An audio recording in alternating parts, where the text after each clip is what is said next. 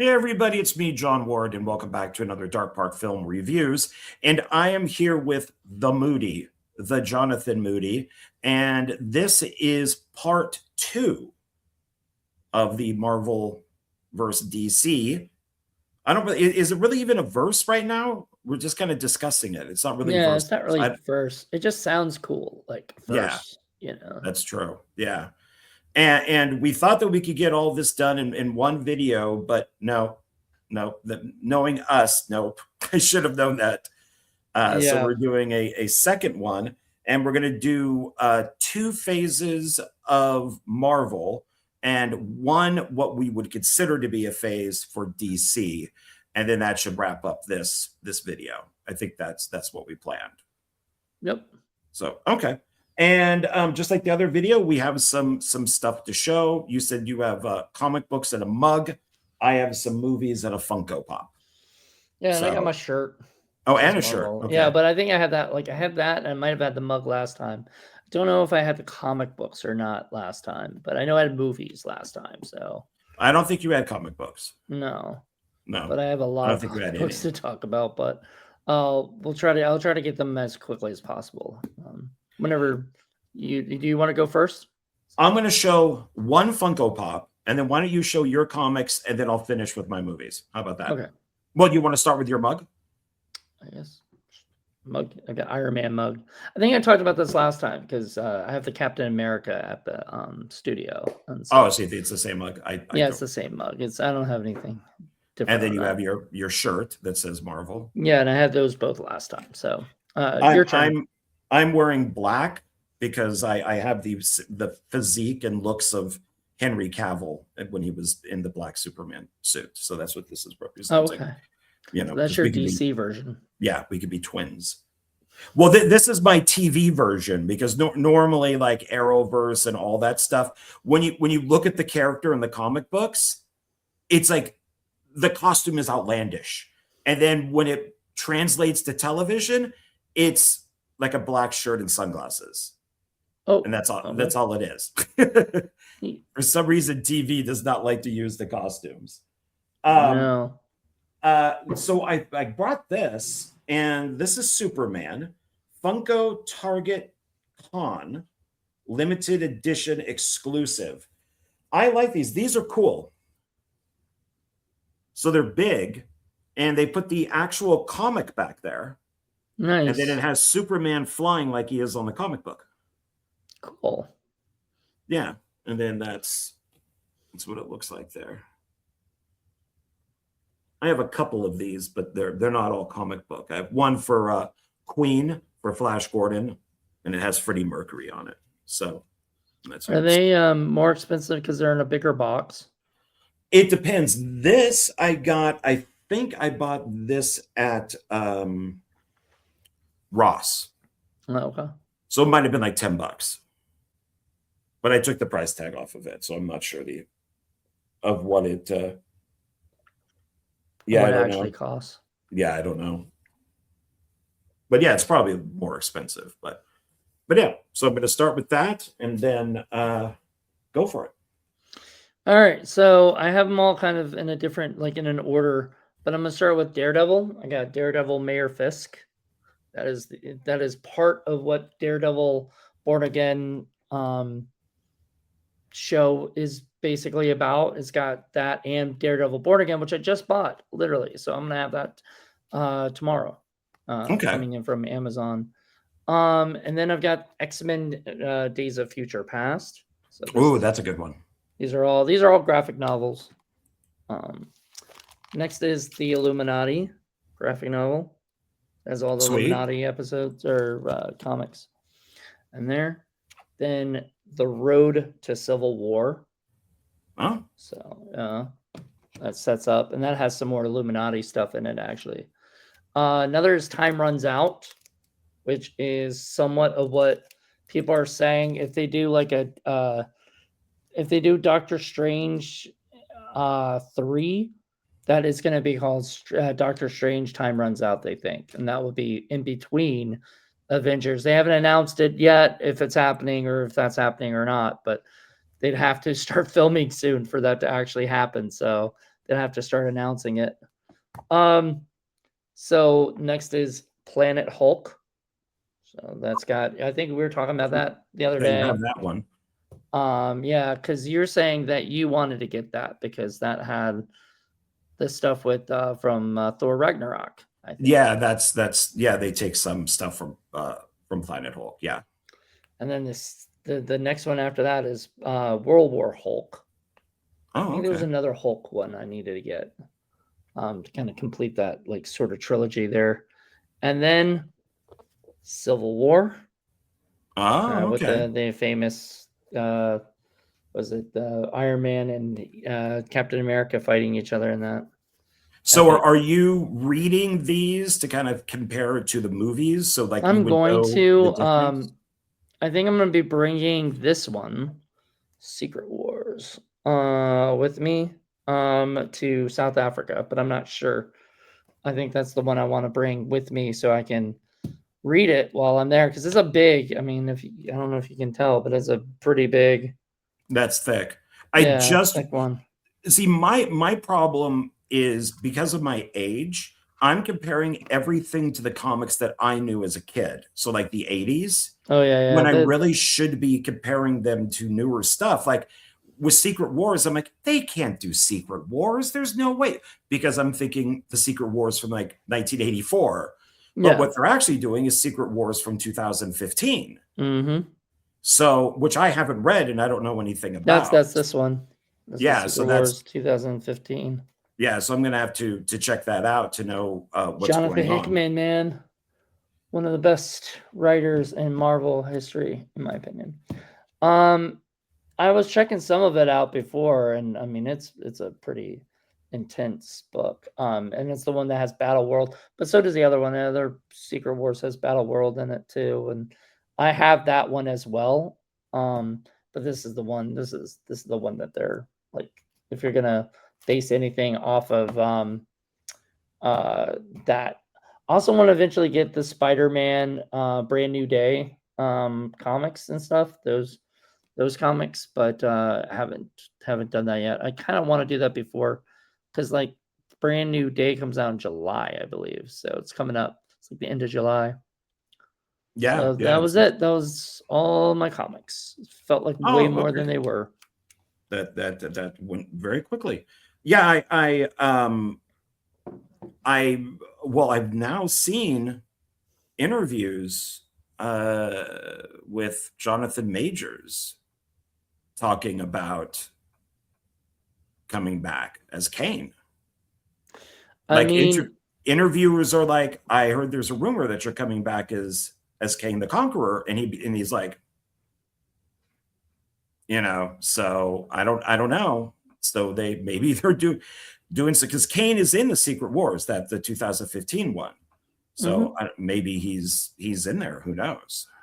I don't know. Like, I think that was supposed to be the setup. Was like there was supposed to be stuff with him, but then they scrapped it, or whether they were supposed to have scrapped it. So I don't know if maybe they thought the time, you know, like people would just forgive and forget, kind of, you know. But I mean, I don't see why they don't just hire somebody else to play Kang. It doesn't matter, you know, because there could be a different multiverse Kang, and they could have just had, you know, Denzel Washington. I think Denzel Washington is playing someone else soon. So I don't know, somebody like that. Yeah, somebody else playing Kang, you know. Well, the problem is that they're having Jonathan Majors play everybody, all the variants, but all the variants don't look the same. They're all different. No, they're all supposed to be different. So if he only played a couple of them, then there would be no problem. You just bring in somebody else. But I'm still, I'm curious if they do anything with that. So, so we have on here, and I think that this works to. Oh, I didn't show mine. I still have my stuff to show. I forgot.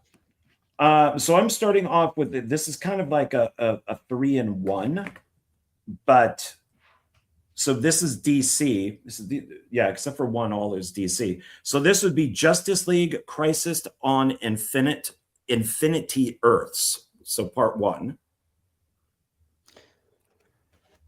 And then I got part 2.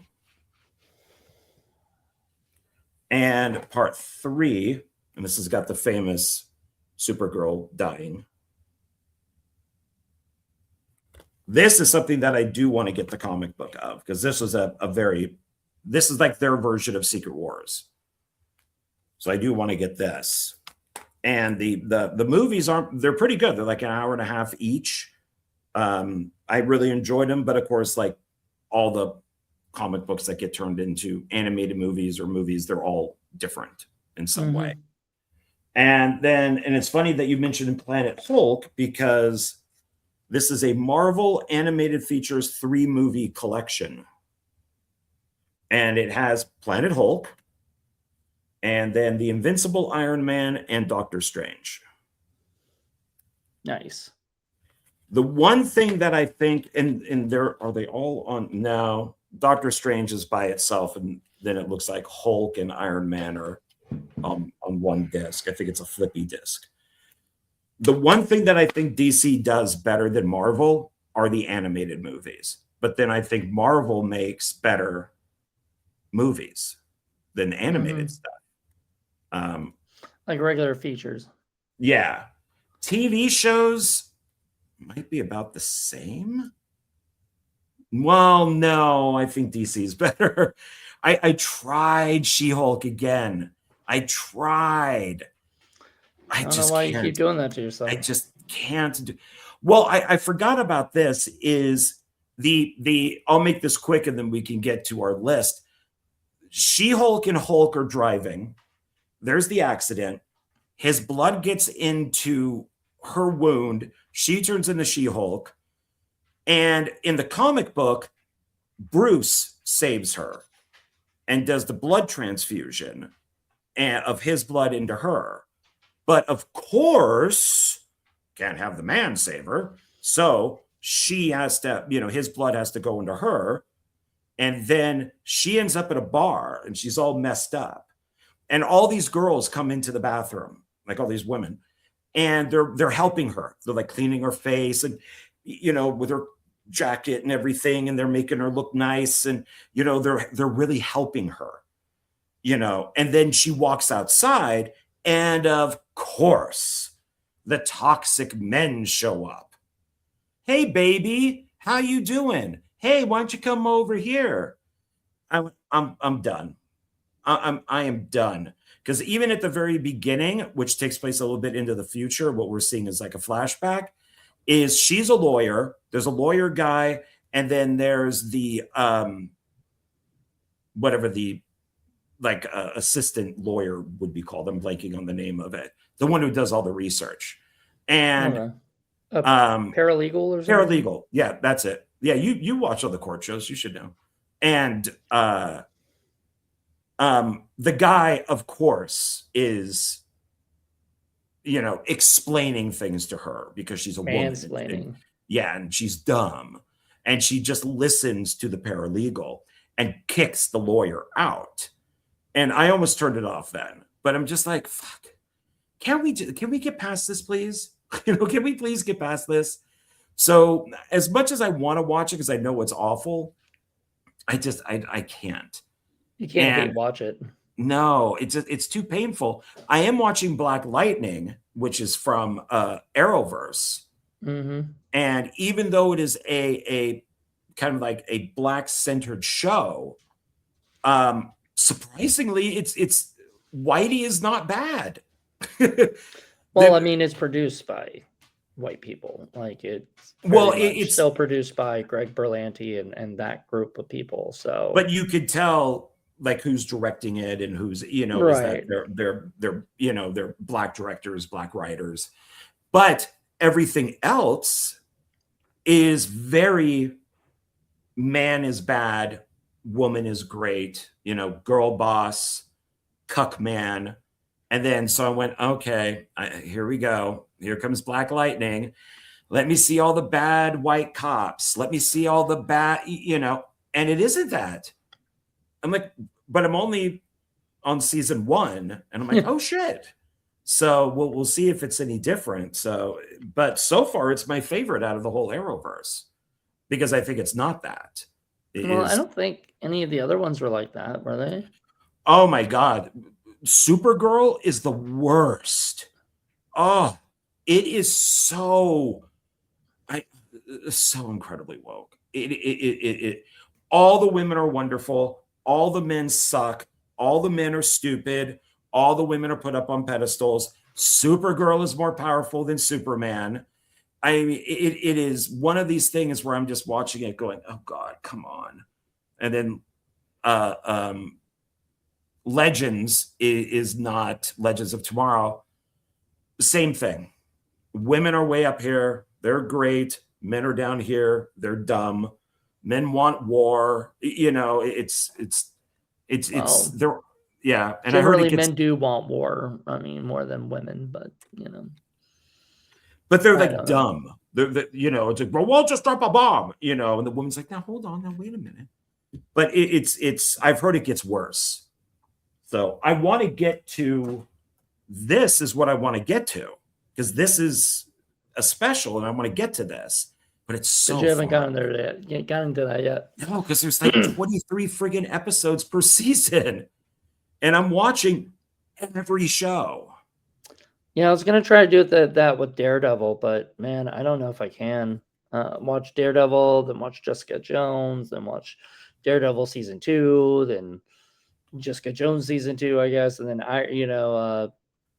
Luke Cage and all that stuff, And I have heard so many terrible things about Iron Fist, Yeah, Iron Fist I've heard is bad. I've heard Jessica Jones season 2 is like unwatchable. But the first season everybody really liked the first season. I don't know. Paul likes Jessica Jones, period. Well, because he probably thinks she's hot.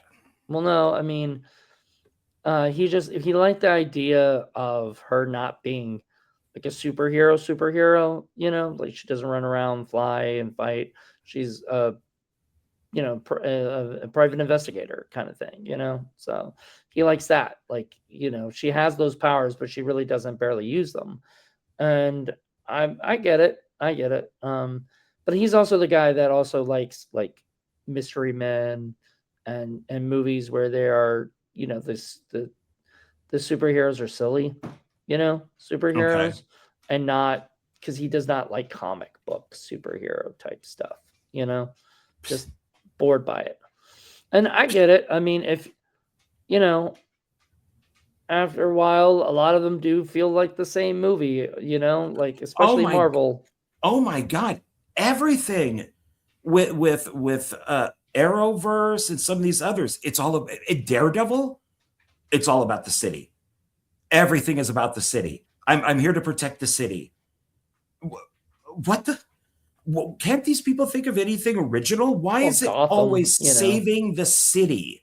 Gotta save the city of Gotham. Gotta save the city of Metropolis. Gotta save the city of what is it? The not Jersey City.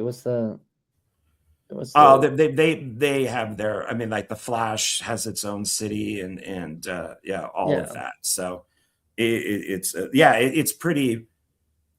And I've even hit yet for Arrowverse, like Batwoman. She's still coming up. I'm telling you, this is going to take like 5 years because it isn't just watching one season and then moving to something else. It is 6 episodes of this, 5 episodes of that, 4 episodes of this. Now back to the first thing to watch 3 episodes because they connect. So it's flipping all around. So right now I have to watch 6 episodes of Black Lightning and then I move to something else. And then I move from that to Supergirl. Then from Supergirl, I move to Arrow. And then, right.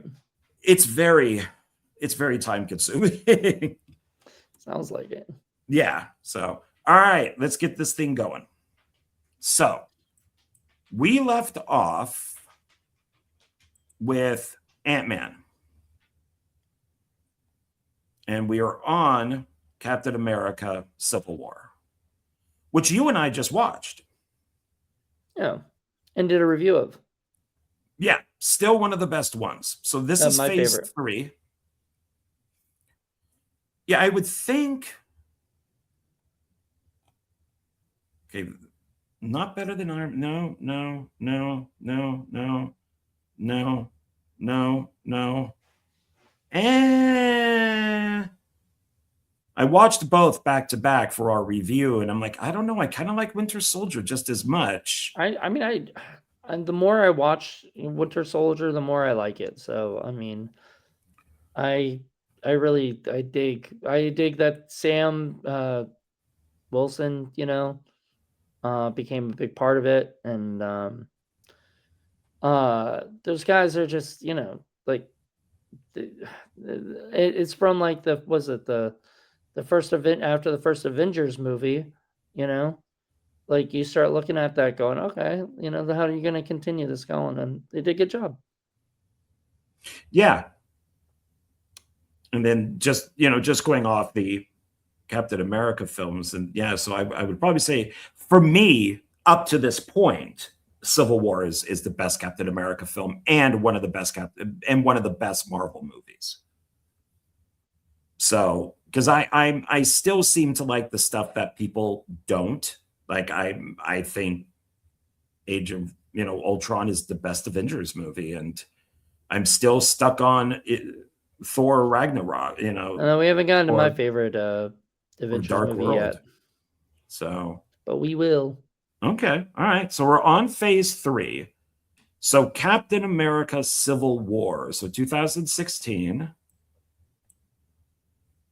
And so what are your thoughts? I know we discussed it on your video, but what are your thoughts on Civil War? Why is it better than everything that came before it, do you think?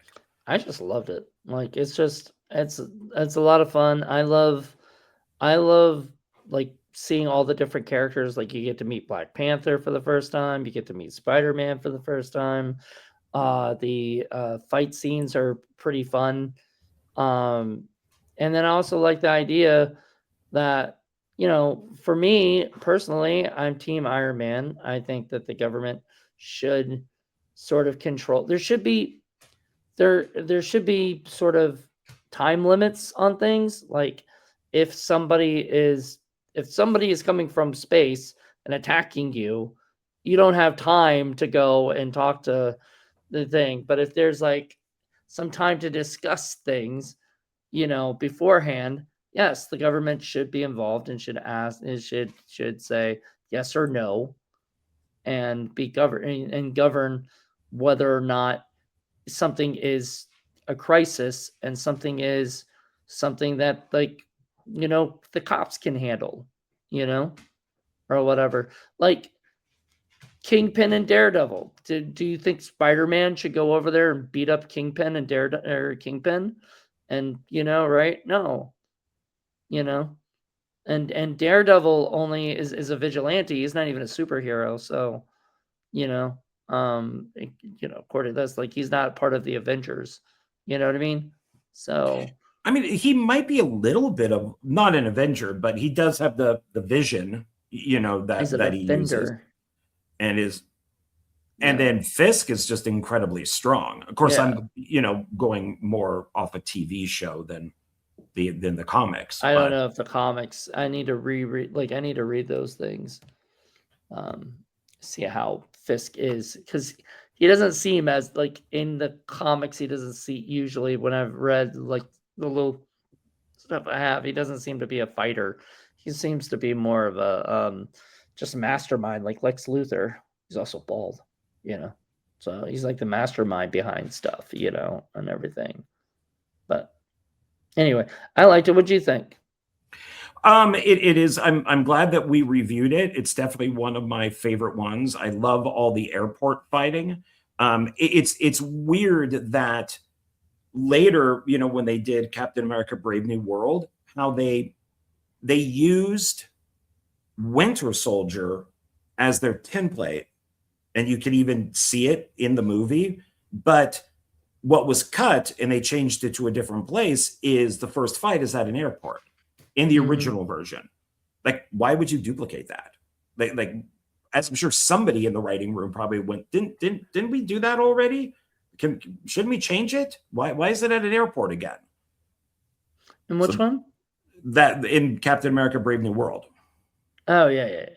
Yeah, like the original version that we'll probably never see. That's what was there. It was shot. There's stills from it and footage and Somebody stuff. probably said, no, let's not do that again. Well, yeah, it's weird to just automatically just duplicate. And then Winter Soldier is you could really tell in Brave New World that it's meant to be another Winter Soldier. But I love the idea of having the two teams. I would also be on Team Tony, especially with what happens at the beginning of the film with people dying. And that's Scarlet Witch. That there has to be, of course, because it's military, you're probably not going to get an even like 50-50. I think that it should be a little bit of Cap, a little bit of Iron Man, and you could in the military involved. But here's the thing, you have to make the superheroes law enforcement, right? So you would have to make the superheroes be like police, but like an offshoot of the police.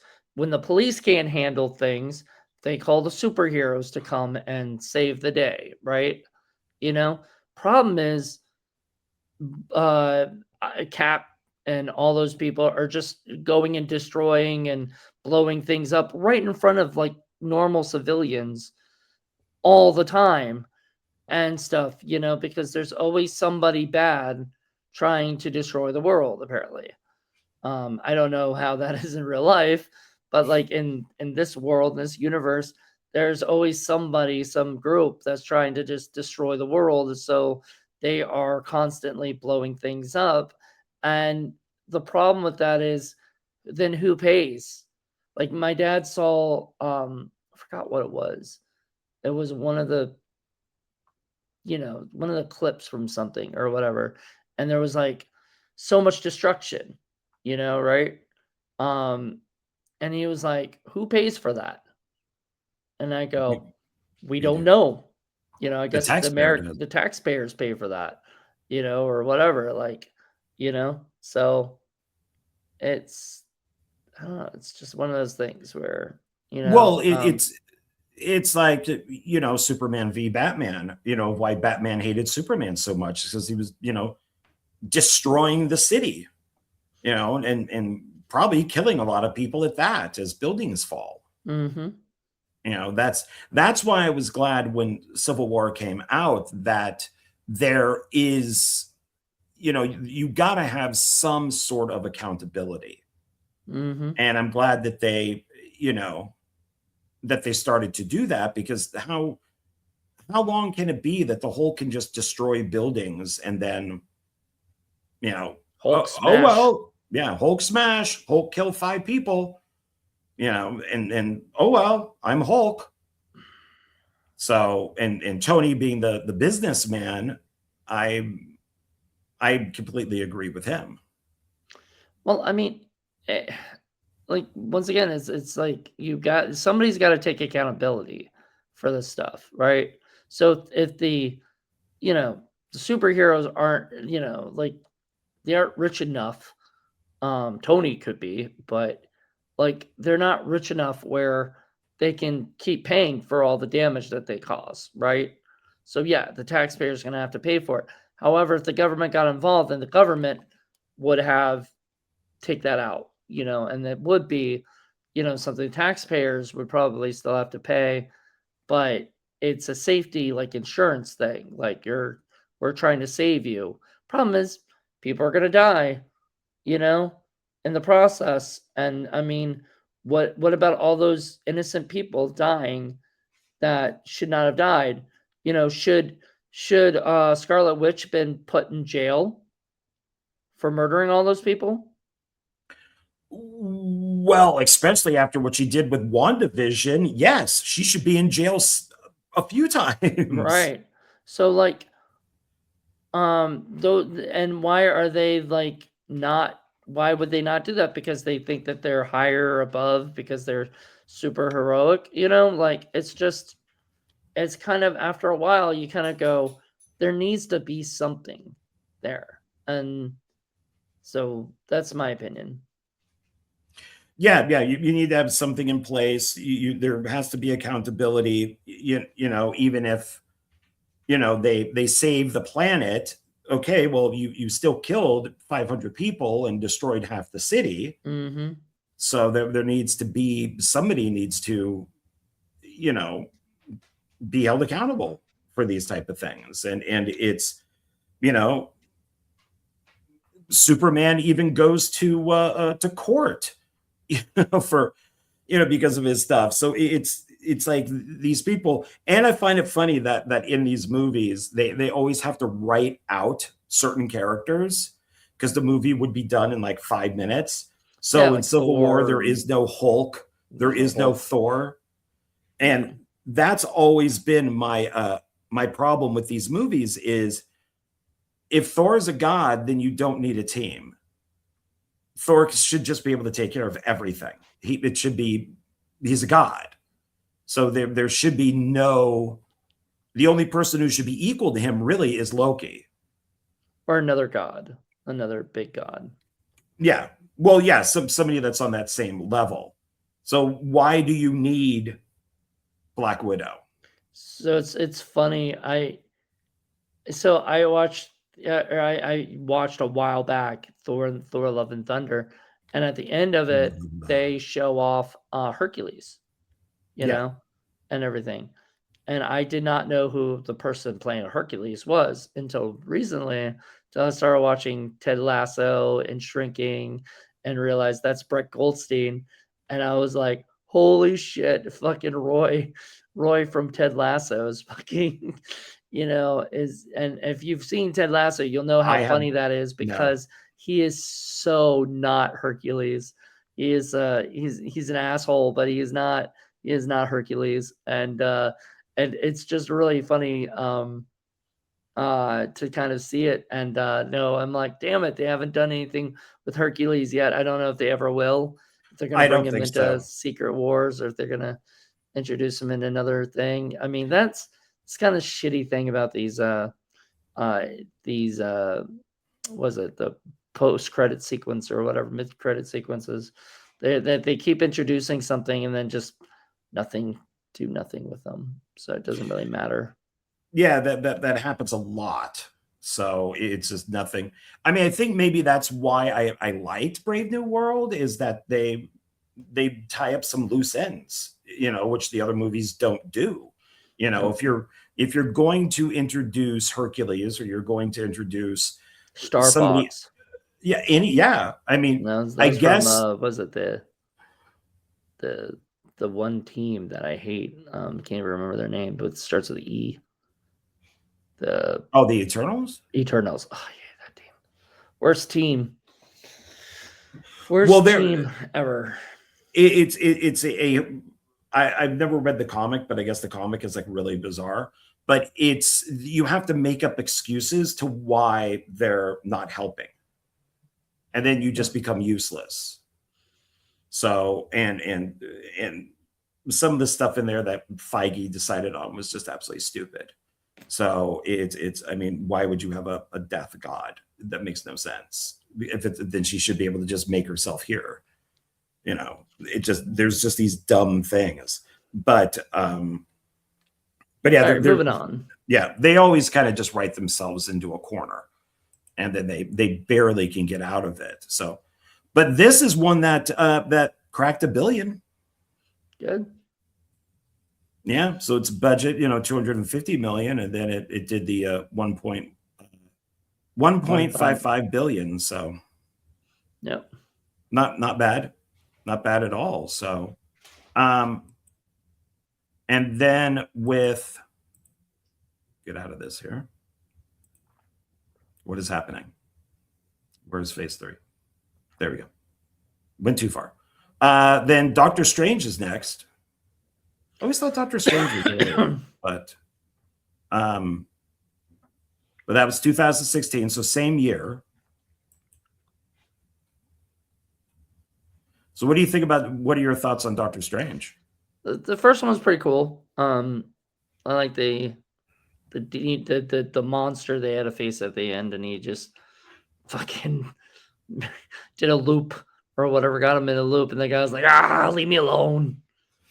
It's the funniest, like, oh, I'm gonna have to watch it again. I don't remember that. I haven't seen Doctor Strange in a long time. He has, like, at the end, he has to fight this demon god thing up out in space or whatever, and he's like, he does a spell where he keeps saying Domanu, blah blah blah blah blah, and then and then he comes back, Domanu, and the guy's like, what is going on here? And it's just like, it irritates the thing, and he's just like, all right, you're okay, you're good, because he keeps killing Doctor Strange, but another one keeps popping up, and he just keeps doing this until he just sends him away.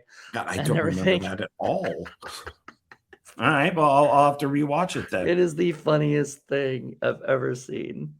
Yeah, that's like the best part of the movie. And well, there's some cool stuff, but like all of it is special effects shit. The stuff that people didn't like was like, they didn't like the woman being white, or something. When she was, they whitewashed her or something. She was. Well, there's in Endgame. Are you talking about Tilda? I think, was it Tilda Swinton? No, she's not in Endgame. She's in Doctor Strange. No, but there is the bald woman who's in Endgame, who's like above Doctor Strange, and in the comic book, it's a man. Right, and so that was in Doctor Strange as well. But is that who you're talking about? Yeah, that's what I'm talking about. Tilda Swinton or something like that. Yeah, Swinton. Yeah, I don't. I think that's who we're talking about. Yeah. Okay.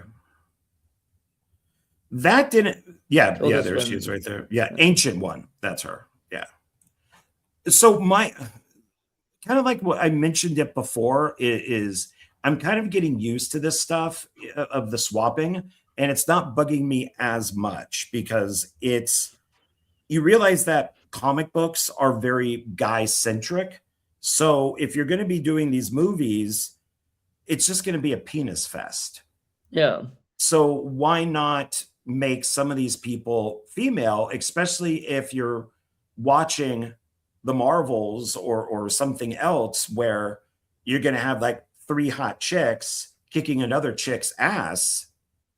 When even the villain in like the Marvels was a man in the comic book.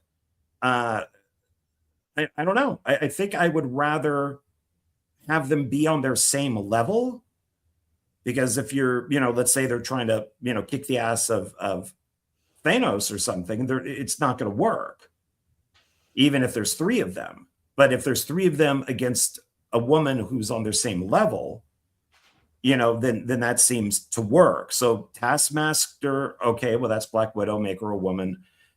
Ghost was male. Now Ghost is female. I know it's not bugging me as much as it used to, because I guess it kind of makes sense if you're doing these movies and you want to appeal to both men and women. So to have, the Ancient One now female, I don't really think it matters if it's male or female, because I didn't even know that until not too long ago, that the character was male. So, I mean, I guess if they did a Mrs. Doctor Strange, like all of a sudden he's a female, then that might be a problem. Be weird.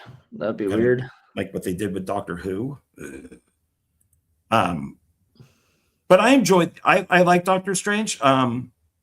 He's another one of those guys.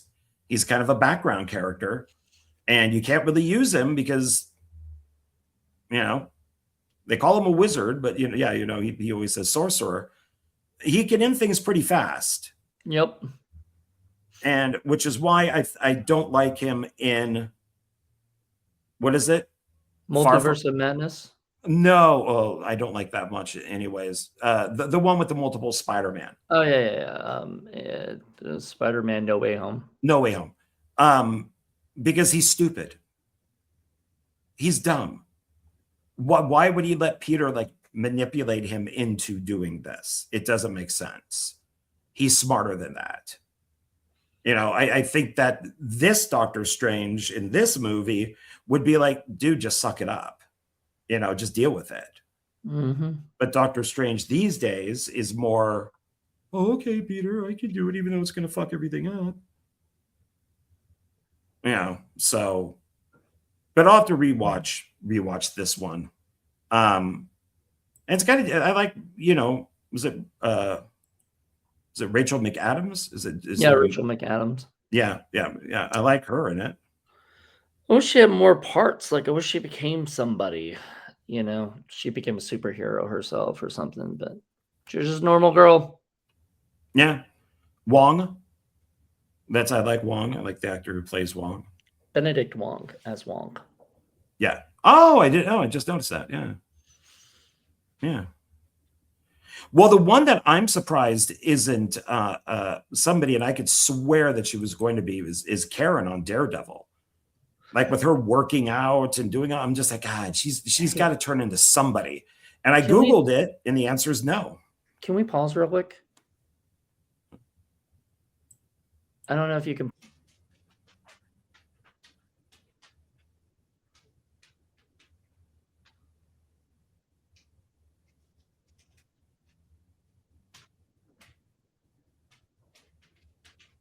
I think I started it too soon.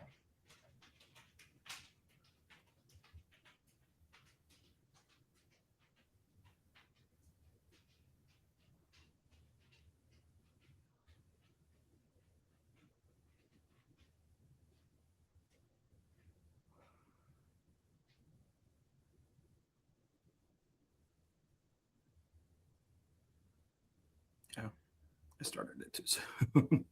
All right, well, let's look at other stuff in here then. Okay, so let's look at cast. So Benedict Cumberbatch, we got Stephen Strange, Doctor Strange. Okay, we know that. I have no idea how to pronounce that. Oh, he's a good actor though. Rachel McAdams, Christine Palmer, Benedict Wong, as we pointed out.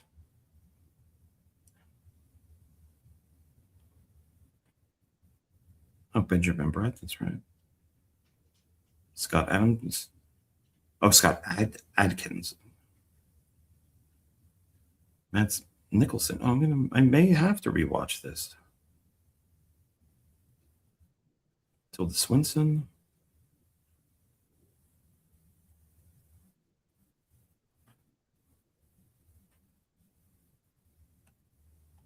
Oh, Chris Holmes, right? He's in this? I didn't realize he was in this. Reprises his role as Thor. Oh, in a mid-credit scene.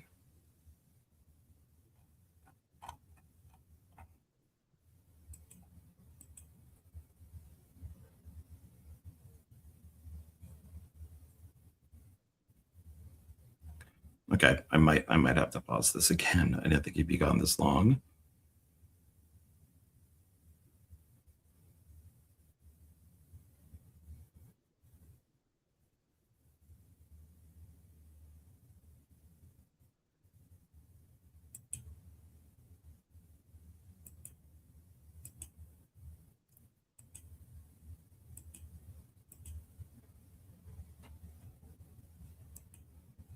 So what else do we have here? So coming up, Guardians of the Galaxy Volume 2, Spider-Man Homecoming, Thor Ragnarok, Black Panther, Avengers Infinity War, Ant-Man and the Wasp, Captain Marvel, Avengers Endgame, and Spider-Man Far From Home.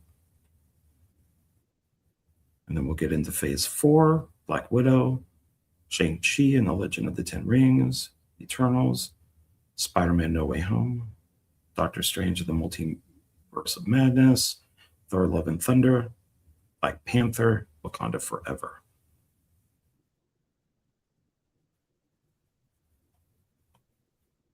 Oh, that actually may be for a different one. I think that we're going to be stopping here at Iron Man, at Spider-Man 2019. I think this is where we're going to stop.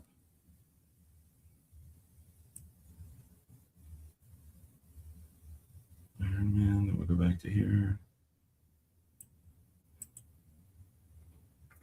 Okay, I'm going to pause this again. Okay, we are back. As they say on a SpongeBob SquarePants, 3 hours later. Yeah, it felt like that at least. All right. It did. All right, so we will look at Doctor Strange, how much money it made, and then we will move on to the next one. So budget between, wow. This is what happens when you do so many friggin' reshoots. Budget 165 to 236.6 million, and it made 677.8 million. So it's between that. Oh wow, that's a random couple numbers, but all right. Yeah. Is this various incarnations? I'm seeing if they. Was this considered to be it received positive reviews. Film received an Academy Award for Best Visual. Well, it doesn't say if it was considered to be a hit or a flop. Well, that's at the bottom, all the way at the bottom. Oh, I think it'd be right here. Normally, when they just discuss the production. No. Go down all the way to the bottom.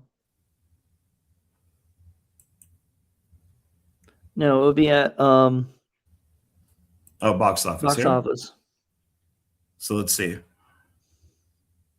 Gross this. The film became the biggest IMAX opening. Oh.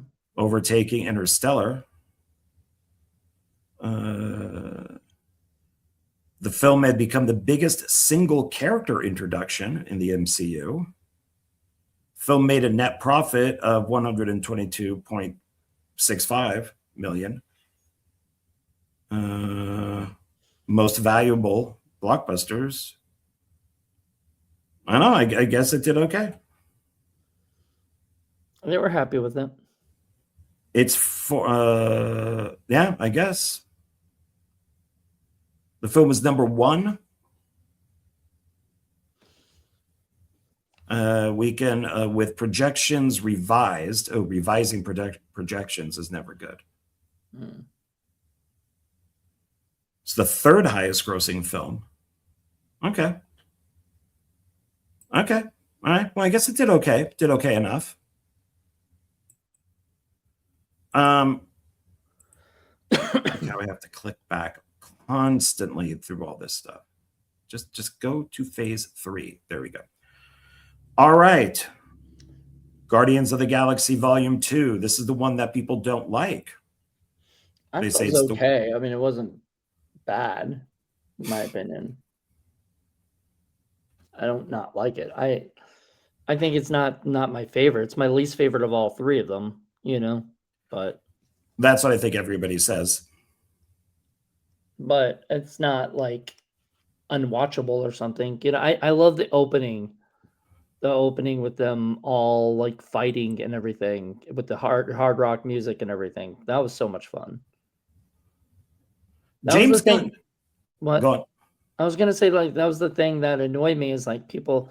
It started becoming a thing where all the other people started copying James Gunn on that, because I think they started with Guardians of the Galaxy doing that, or whatever, like openings having like this big hard rock number, and then Thor Ragnarok did the same exact thing, and I'm like, are you fucking copying James Gunn? Whatever was his, however you say his name, the director who gave us Thor Love and Thunder. Well, you also give us Ragnarok. You got to give him some credit. And a one-hit wonder, because all he did was basically just recopy. See, this is the problem, is when you give somebody full control. they normally make a bad movie. And in most cases, not in some cases, like they gave Sam Raimi full control with Spider-Man 2, he made a great movie. But then you give Patty Jenkins full control and she makes Wonder Woman 1984. You give Joe Dante control and you make Gremlins 2. I liked Gremlins 2. No, of course you would. Gremlins That 2. movie is way too crazy. There's just way too much going on in that movie. It's got Christopher Lee in it. And I know one of the guys who worked on it. Oh, So, well, no, little biased. I know one of the guys who worked on the Smart Gremlin, Mark Satrakian. But it's James. A lot of these guys seem to be one-hit wonders, and I tend to think James Gunn is that same thing. Everything with him now is Guardians. Like he can't get away from it. Supergirl is Guardians. It's. You only produced that though. Did he? Have you seen the trailer? It looks just like James Gunn movies, even though he said he's going to get directors and give them their own vision. And no, Supergirl looks exactly like Superman. It doesn't look. When does that come out? Is that in June? Something like that. Yeah. Oh man, I'm gonna miss it. I'm gonna have to. I hope it's still out when I come back from South Africa. Probably not. I mean, it's predicted to bomb. So by the time you come back, it might be on HBO. So I definitely have a love-hate relationship with James Gunn. I either think he loves comic books or hates comic books, and I tend to think he hates comic books. Interesting. It comes out the day after I get back from the thing, so I'll be able to see it in the theater. I will support it. Hey, I'll probably see it too, but you know, and then we can review it. Yeah, but I thought I love Guardians of the Galaxy. Guardians of the Galaxy 2, I thought was okay. I when I saw it after it came out, but I didn't understand the hate for it. But then I do like 3. I like Volume 3. Mm-hmm. And so budget on this was 200 million. Box office was 869. Did pretty well. Yeah. It's so funny. My dad and mom went to go see Guardians of the Galaxy, not knowing it was a Marvel thing or anything. They just knew nothing about it, you know, and they loved the first Guardians of the Galaxy. Then my dad tried to watch part 2 with me and just hated it. Like he just bored, you know, like it was not his favorite. I like, it's one of those things I like. Wasn't like Sylvester Stallone in this one or something? You know, yeah. I think he said, yeah. You know, so like it was fun. Which is I love it. Yeah, I forgot Stallone was in it because it's also got Kurt Russell. Yeah, it's got Kurt Russell as the fake dad. Mm-hmm. I am not a huge fan of Pratt, of Christopher Pratt. He doesn't bother me. So he is the reason why I stopped watching Parks and Recreation. There were two characters in there, and I wasn't a fan of the actor. The other guy was the guy who wrote and produced that gay film Bros that bombed, that gay people didn't even go see. And Billy Eichner, that's his name. And I was putting up with Chris Pratt on the first time I watched it. And I said, I can't deal with this. I can't deal with his character. He's too fucking stupid, you know? And then I gave it a second watch, started from the beginning, like a few years later, got all the way to the Billy Eichner stuff and went, nope, can't deal with this. I can't deal with this. Turned it off. Which one is and this? Then Parks and Recreation. Oh. And then gave it a third try and made it all the way through. But I've never been a Chris Pratt fan. I think Chris Pratt plays Chris Pratt. That's all he knows how to do. He's just Chris Pratt. And Mario, Super Mario Brothers, it's just Chris Pratt. The Jurassic movies and everything. He got very lucky with Jurassic World and Guardians of the Galaxy. Like the movie gods were shining on him. I mean, they needed Super Mario. They needed Garfield. Didn't he do Garfield, the voice of Garfield or something? So was he also Garfield? Yeah, he was also Garfield. I know Bill Murray was Garfield at one time. Yeah, but no, this is for the new Garfield. But he took over? Yeah, he took over. Oh, okay. Yeah, I don't think I know that. Yeah, so he is, you know, I think that's the thing people get annoyed by is like when somebody becomes like the new it thing, you know, they start kind of showing up in everything and people get kind of tired of them, you know, like, come on, man, give somebody else a chance, you know, that kind of thing. Pedro Pascal. Pedro Pascal. Oh, he's in everything too, yeah. All right. So how much did it make? Did we say that? We saw that. We already saw that. So let's go on to the next one. Yeah. Spider-Man Homecoming. Yeah. This, I will tell you, is my favorite Spider-Man. Not mine. I like the Vulture. I like the suit. I like that this is still going off of, you know, the attack that happened. You know, yeah. And I'm blanking on the city. What city did it take place in? New York, right? New York. Is it that's what's in the newspapers, right? Mm-hmm. That I like, basically it's the Vulture. I like Michael Keaton. I like the Vulture. I like when the Vulture deals, you know, with, you know, Spider-Man. He went from what is it, Batman to Birdman to the Vulture. Yeah, and I did not like Birdman. Back to Batman. Didn't he come play Batman in the Flash? Yeah, he couldn't even save the Flash. No. He was so I didn't watch it. It's not worth really watching because that's what Flashpoint should have been, and he's wasted in it. It's the only good thing in the Flash is Supergirl. She's only in like the last part of the movie. So, but this is my favorite. Don't tell me what your favorite is. Well, what is your favorite? Because we may not even get to it. Yeah, we probably won't get to it because there's No Way Home.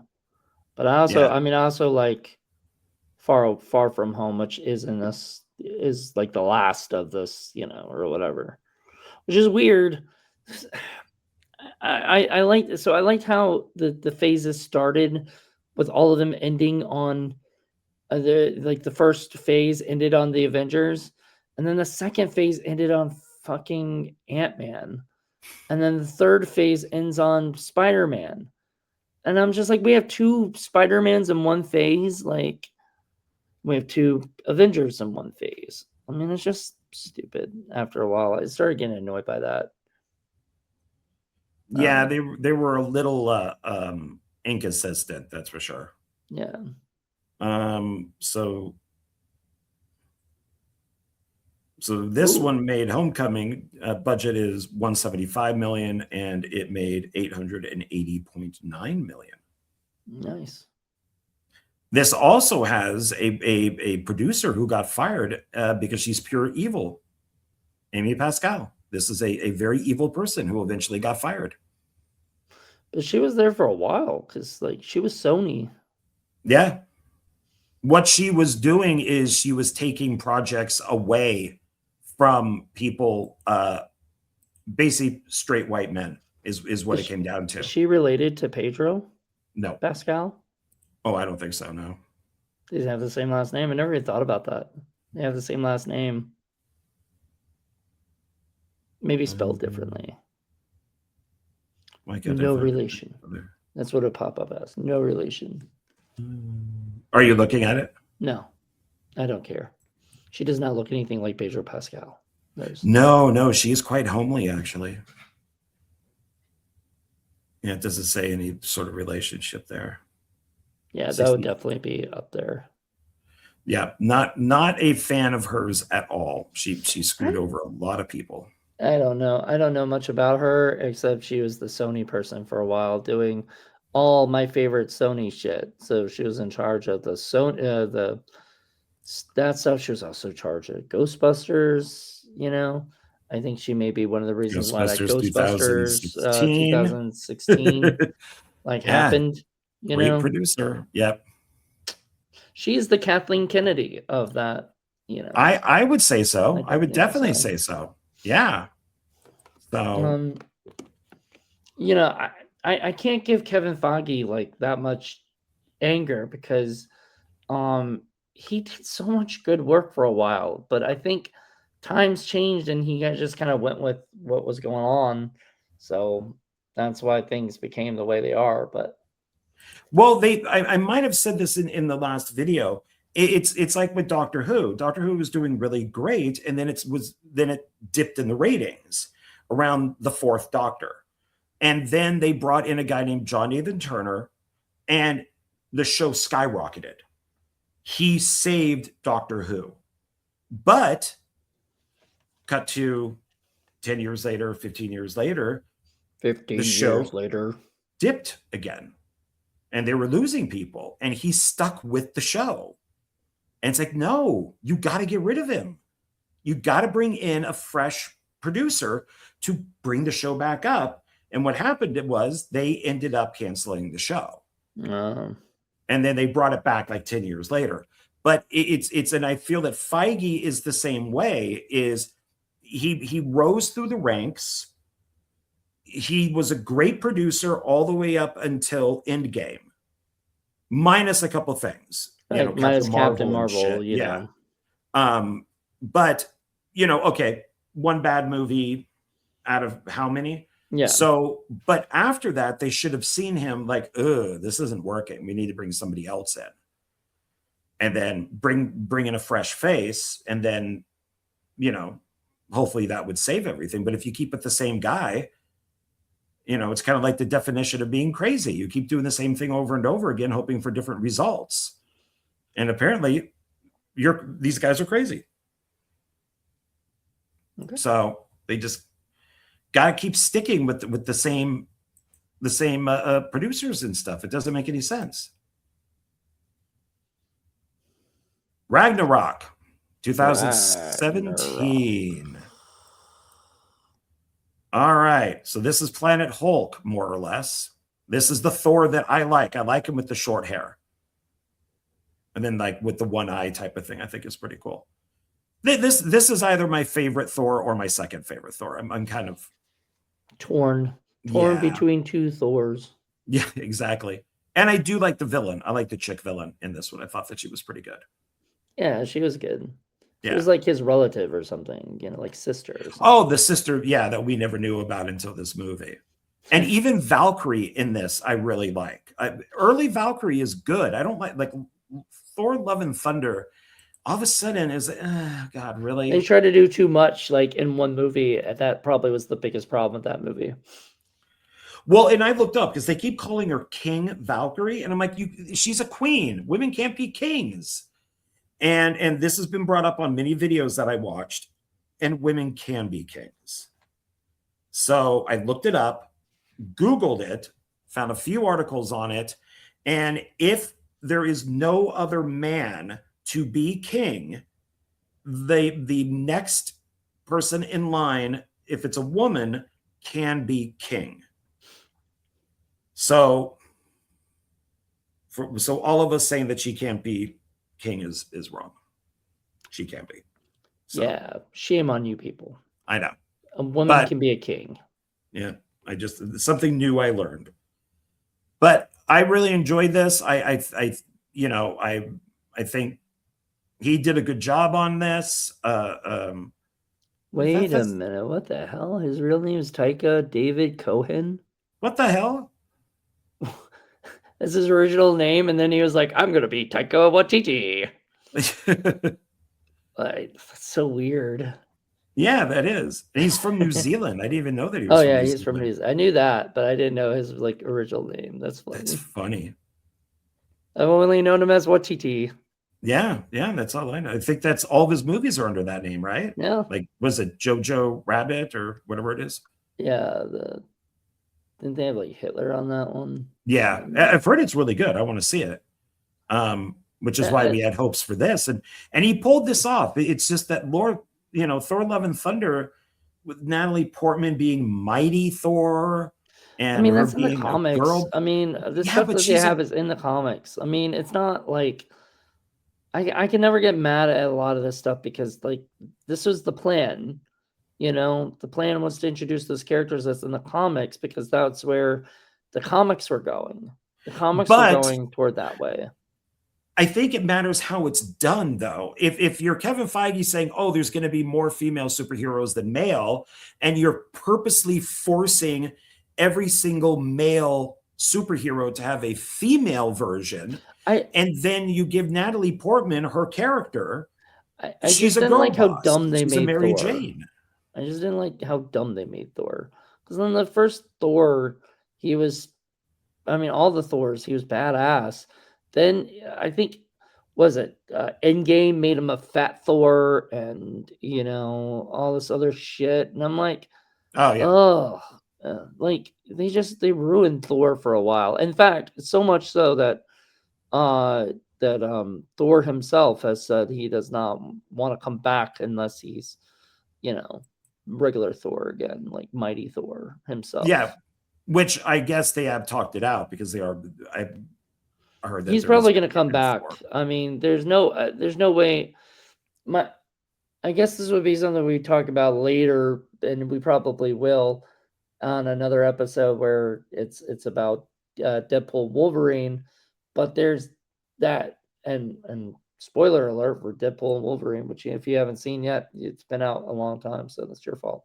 But there's that part where he sees Deadpool sees Thor's death, and he's holding him and everything, and he's like, "Ooh, what's that about? What's going on with there?" And they're like, "Oh, never mind, don't see that. That's the future. You know, not supposed to see that. You know, kind of thing." And I'm like, "Oh shit, are they really gonna kill Thor off? You know, in like Secret Wars, which I think is the plan, maybe." Well, if everything I've read is correct, everybody's dead. Yeah. Practically everyone is going to die, so they can reboot it. And they're going to bring in, I guess, their doppelgangers or whatever their other people. I mean, they got to do something because it's there's too many loose ends. There's too many characters. You know, there's too many. You know, you have an actor who died, another actor who was fired. Well, a few actors that were fired. You know, you've had to completely rewrite storylines. They need to, and I've said this even to go back to Doctor Who, just end it. Just kill the Doctor. Just kill him. And start from scratch. Give it like 5 years, come up with a plan, and then start Doctor Who from the very beginning. If you want to make Doctor Who a woman, fine. If you want to make Doctor Who gay, fine. If you want to make Doctor Who trans, fine. Whatever it is, leave the original one alone. And that sounds like kind of like what they're doing. The Doctor doesn't have a thing. It's not like it doesn't have to be a male Doctor, I guess. It does. He's always been male. Always. He's a man. There are other Time Lords that are female. And he did, one of his companions was a Time Lord who was female. He actually, the real actor, ended up marrying her. But I think just finish this off, kill everybody, and come back and start from scratch. Because whatever happened to, what is it, the Young Avengers? I guess that's, you know, they're still it's coming in Secret Wars. They're going to be, they've already started announcing all the Young Avengers that are going to be there. So they're just going to be they might not even be called the Young Avengers anymore because they're not young anymore, you know? So they're calling them the Champions, which is actually another comic book. That's another comic, yeah. Yeah, but so they're going to just call it that instead of Young Avengers because they're not young anymore. They're almost 30 now. Like it's like, well, but are we going to have 3 of these things then, or are we going to have, you know, Thunderbolts, New Avengers, and then we're going to have Rhodey's version of the Avengers? So we're going to have every. So the way I see Secret Wars going is that we're going to have every Avengers possibility there. I see.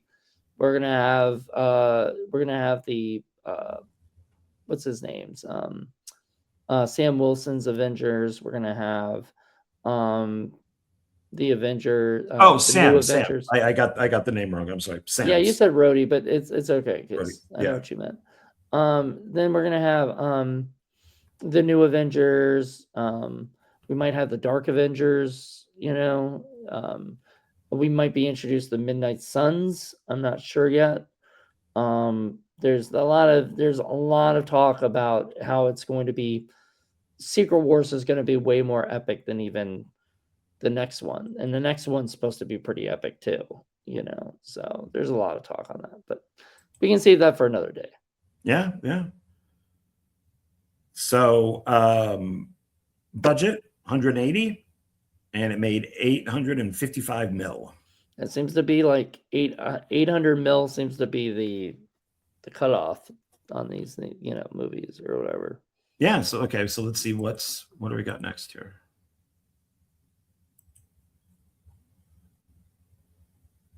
Black Panther. So we already know that that's $1 billion. That's $1 billion. So billion, not $1 billion, billion. Wait, billion. Captain Marvel was $1 billion? Yeah. Holy shit. Only because Kevin Feige lied and said you have to see this, but not this. You have to see this to understand Endgame. Did he and James Gunn, you know, have the same thing? Because didn't James Gunn say you have to see the Flash or something? You know, tell people they had to see the Flash. Oh no, he said for the Flash, it's it's like one of the greatest superhero movies ever made, and that was a lie. It wasn't, and he knew it was. He knew it wasn't. Yeah. Well, it wasn't, but he knew that it was a lie. Yeah. So, and then I believe Spider-Man was $1 billion. So there you go. Just not that one. Poor Ant-Man and the Wasp. All right, so let's go to Black Panther. I like Black Panther a lot. I honestly didn't know much about Black Panther. I just knew his name. So, but I did like him in, you know, was it Civil War? So I was anxious to see it, and then I was like, oh, okay, it's pretty damn cool. I liked the movie. I could definitely live without the lines, you know, where one of them, I think it's the chick who's in Walking Dead, where she's, you know, they're using arrows and spears and stuff, and the white people basically are using guns, and she goes, huh, like, you know, I forget exactly what it was, and their guns or something. It's like, okay, I get it. This is not a pro-gun movie. I get your little message there. But I don't think Black Panther is any better or worse than any of the other ones. I don't think it's unique in any way possible. Because if they're talking about, oh, well, you know, it's a black superhero. Well, Blade was the first one. I do like who's in it, and I do like who made it, except Ryan Coogler did bring us Ironheart, which was god frigging awful. He presented it. I don't think he still put his name on it, and he interviewed for it. So he well, I think it's because he introduced that character in Black Panther 2, right? So yeah, like, Wakanda Forever. He just, yeah, that was it. Like, he introduced the character, so she's, you know, so whatever. But I didn't. I mean, I did not like the series, but I didn't hate it, like, to the point where I was like you're upset by it. You didn't like it like that, but it's because it's another film where she's a Mary Sue, she's a girl boss, she's better than Tony Stark. She, you know, she's the greatest thing on the planet. You know, all men suck. You know, Tony Stark sucks. She's a criminal. She's killed people. She, you know, it's just it's an awful character. She's a horrible character, and I'm surprised black people didn't protest it, because it shows black people in a horrible light. So black people didn't watch it. Like, nobody watched it. Yeah, probably only white people watched it. Not like, many people watched it because they really did bad. Yeah, it was not. It was so bad they knew it was going to be bad. You know, so they just kind of like. It was one of the first ones that they, like, I think they like put out all the episodes or so, didn't they? Or did Echo, they put them all out at once. Yeah. Ironheart, they did half one week and half the next week. Yeah. So it was like they knew. I don't Just even like know how Echo, it got they knew. greenlit to begin with, which is, you know, it's like Ironheart Well, steals because all of her stuff. once again, she's part of the champions group. So of girls, of guys and girls, because there's some guys in there. So not looking whatever. forward to that stuff. Ugh. But, you know, Chadwick Boseman, very unfortunate, very good actor. You know, Michael B. Jordan, all, you know, really good too. You know, we got, you know, Sinners. So, you know, and Creed. So it's, you know, they've made some really good films. Wakanda Forever is not one of them. Black Panther is a good movie. But, well, I mean, I feel bad. I mean, there's not much you can do once the main guy dies except like replace him or just not do it, you know, and stuff. And so if they're going to do it, Wakanda Forever, I mean, I don't know. I kind of give that stuff a little bit of a break. You know? Well, I think they were screwed either way. Like people are like, oh, he's, you know, just replace him. If they replaced him, then they would have gone, well, why did you replace him? I think no matter what, they wouldn't have won. Damned if you do and damned if you don't. Yeah, exactly. So let's look at the exact box office. So 1.35 billion. Yep. Budget is 2 million to 1.35 billion. So good for them. Yeah. This was one of their ones where I think that's the start of the billions where they were like, oh shit, we're on a roll. Because remember, we're looking at 800 mil, and now all of a sudden we're at billions, and then people are like, oh, Marvel's back at it. Let's keep watching their movies. Yeah, I mean, it's a good movie. I just don't think it would be better, let's say, than Captain America: Civil War or Winter Soldier. Like I said, Civil War is still my favorite, you know, but Black Panther's up there probably maybe top 10, maybe top 15. I don't know. It's kind of hard, especially with Deadpool the Wolverine, which you just mentioned there. Movies like that are just amazing. And also, so Black Panther was 2018, Infinity War 2018.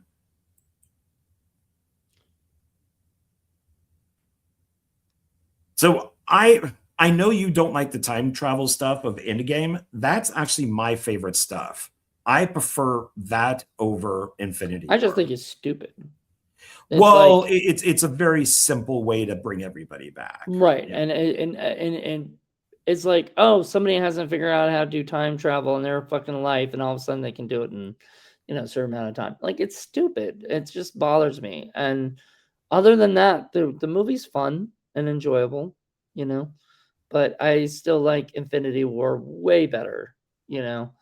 It's kind of like my Empire Strikes Back, you know, and Endgame is Return of the Jedi, you know, like Empire Strikes Back because like it ends on such a down note, you know, and everything. And so would Infinity War be Star Wars, Captain Marvel is Empire Strikes Back, and then Endgame is Jedi?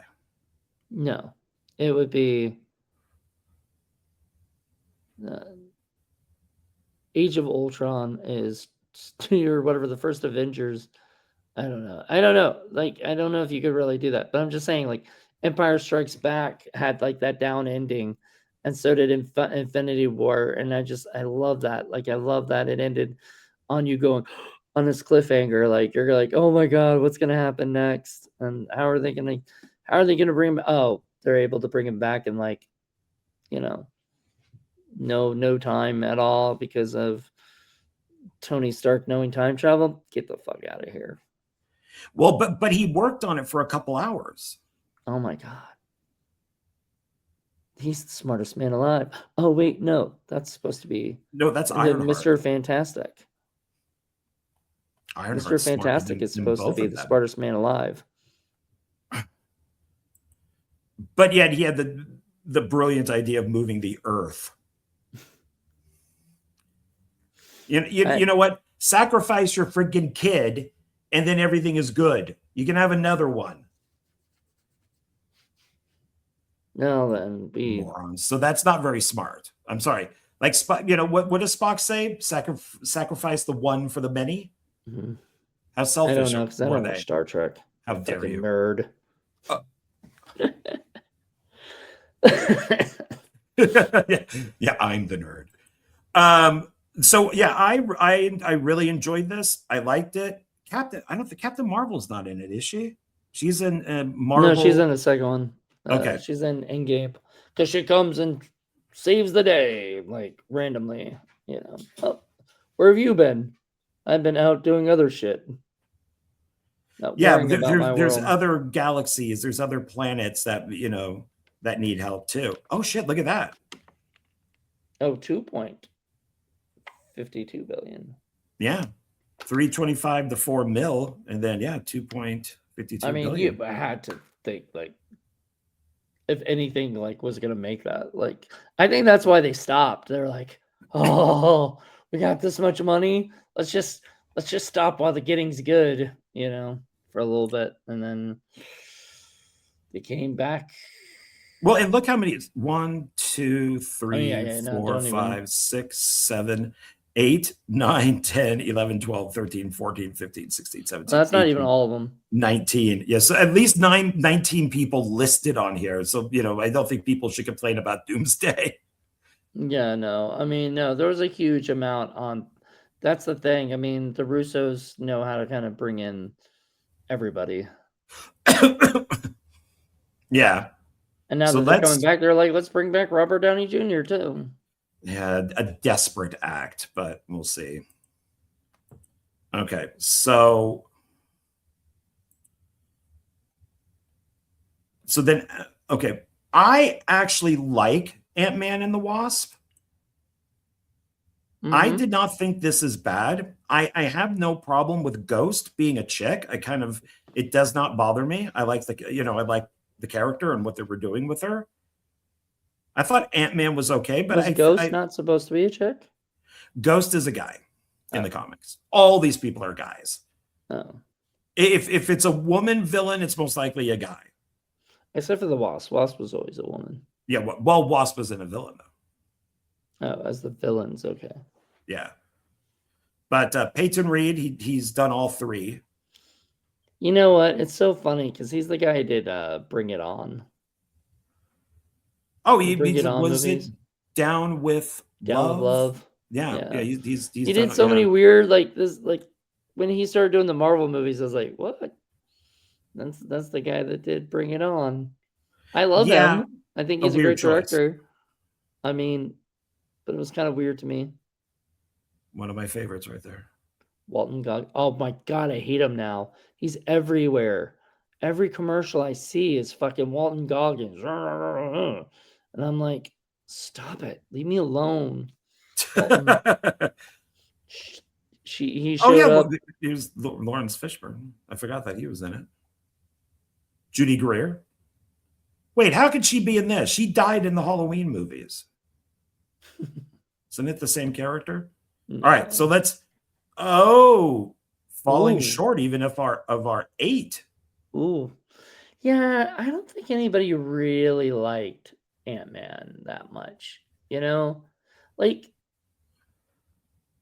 Rudd is just too Rudd. He's just he so, is very Rudd. I love him. Like I love him as like in Clueless, where he's like the stepbrother and he has like a few lines, Romeo and Juliet, he's Paris, he has a few lines. When he becomes like the lead, like it sort of and even Judd Apatow never made him a lead. Have you noticed that? He's always like, I guess he was the lead in This Is 40, but that was like a spinoff from Knocked Up. Yeah.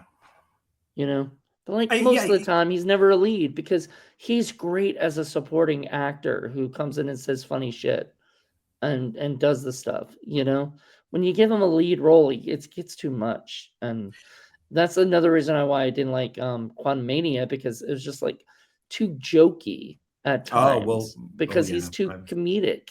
I got plenty to say about that. And that's what happened with that too. Well, and this, I mean, it shows. Because it just isn't. Ant-Man is just not doing it. Nobody seems to like Ant-Man, so it's like it doesn't. like to just hop over and see what Ant-Man's what their total was, because I don't remember what their box office was. But yeah, this film I don't mind. I think I like all the stuff with Ghost. I think I like the how they're trying to fix her. I like, you know, that type of stuff. I thought everything was fine in here.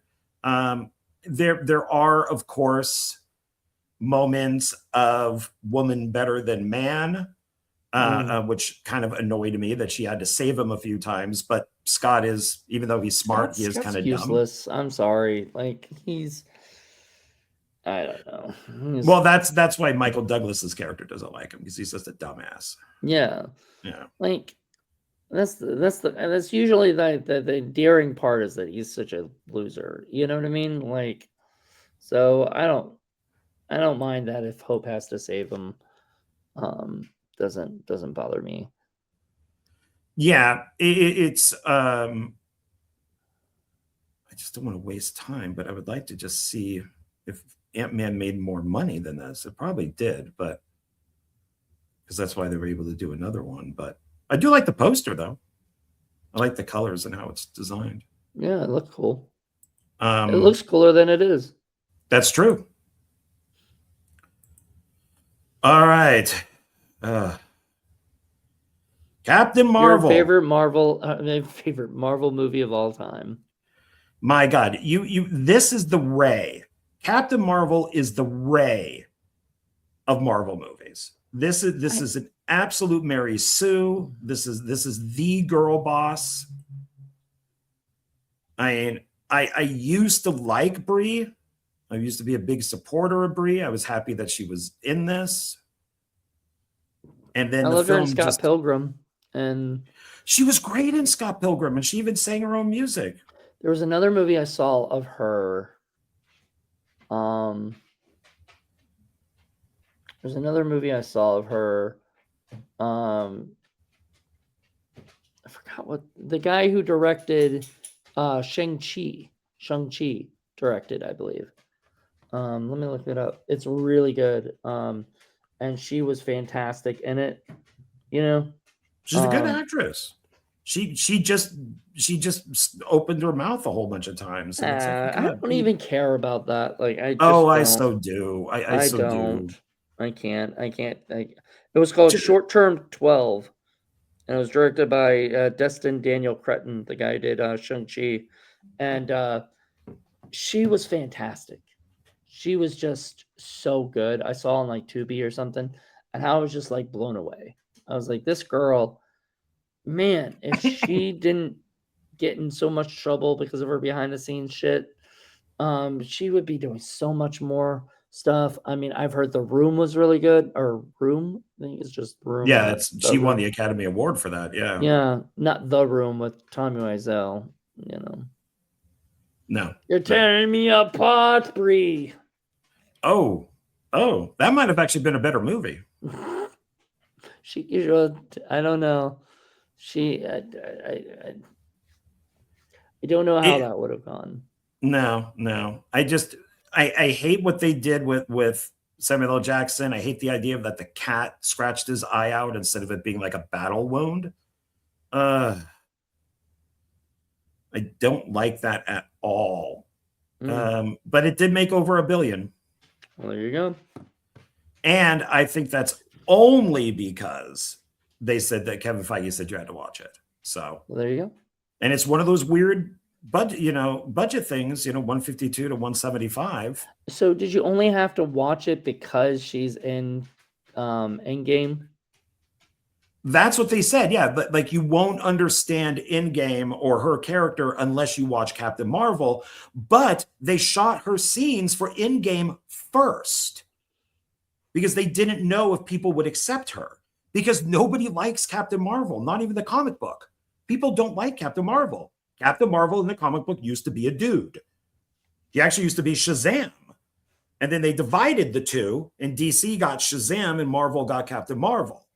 But that's what, nobody likes the comic. Nobody likes the character. And so they gave her very limited time in Endgame. because they didn't think, but well, we don't know if people are going to like her. And they made the movie, you know, Captain Marvel, and then it made over $1 billion, but that's not because of Captain Marvel or her. It's because we were told you have to watch it. I don't know.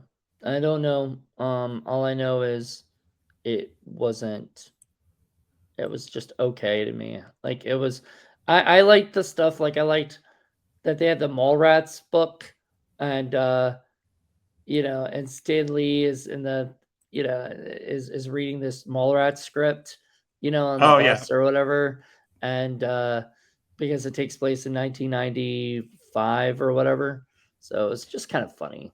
Like, no, that I liked. I liked her falling into the Blockbuster Video. You know, it has moments. Yeah, it has good moments. It's just like, all in all, it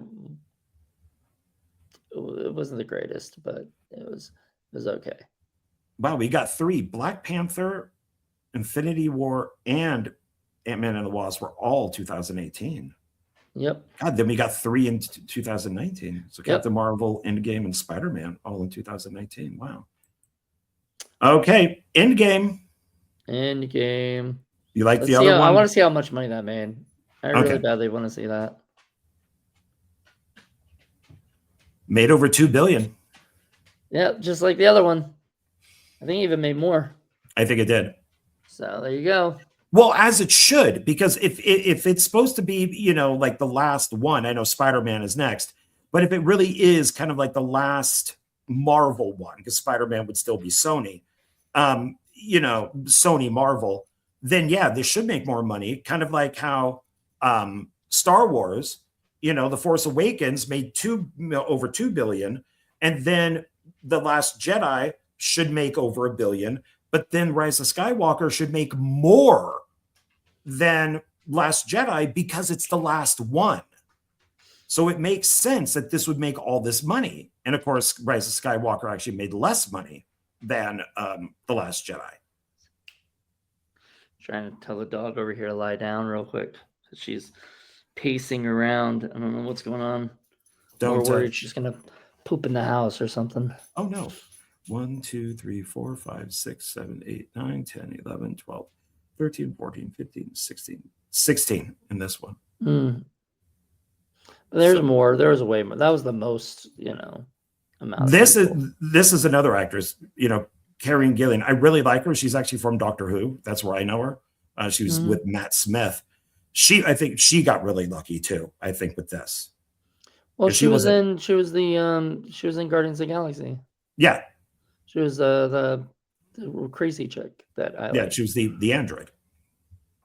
I don't think she was an android. She's like a she's alien. She's like half. Well, no, she's half human, half cyborg. Is she?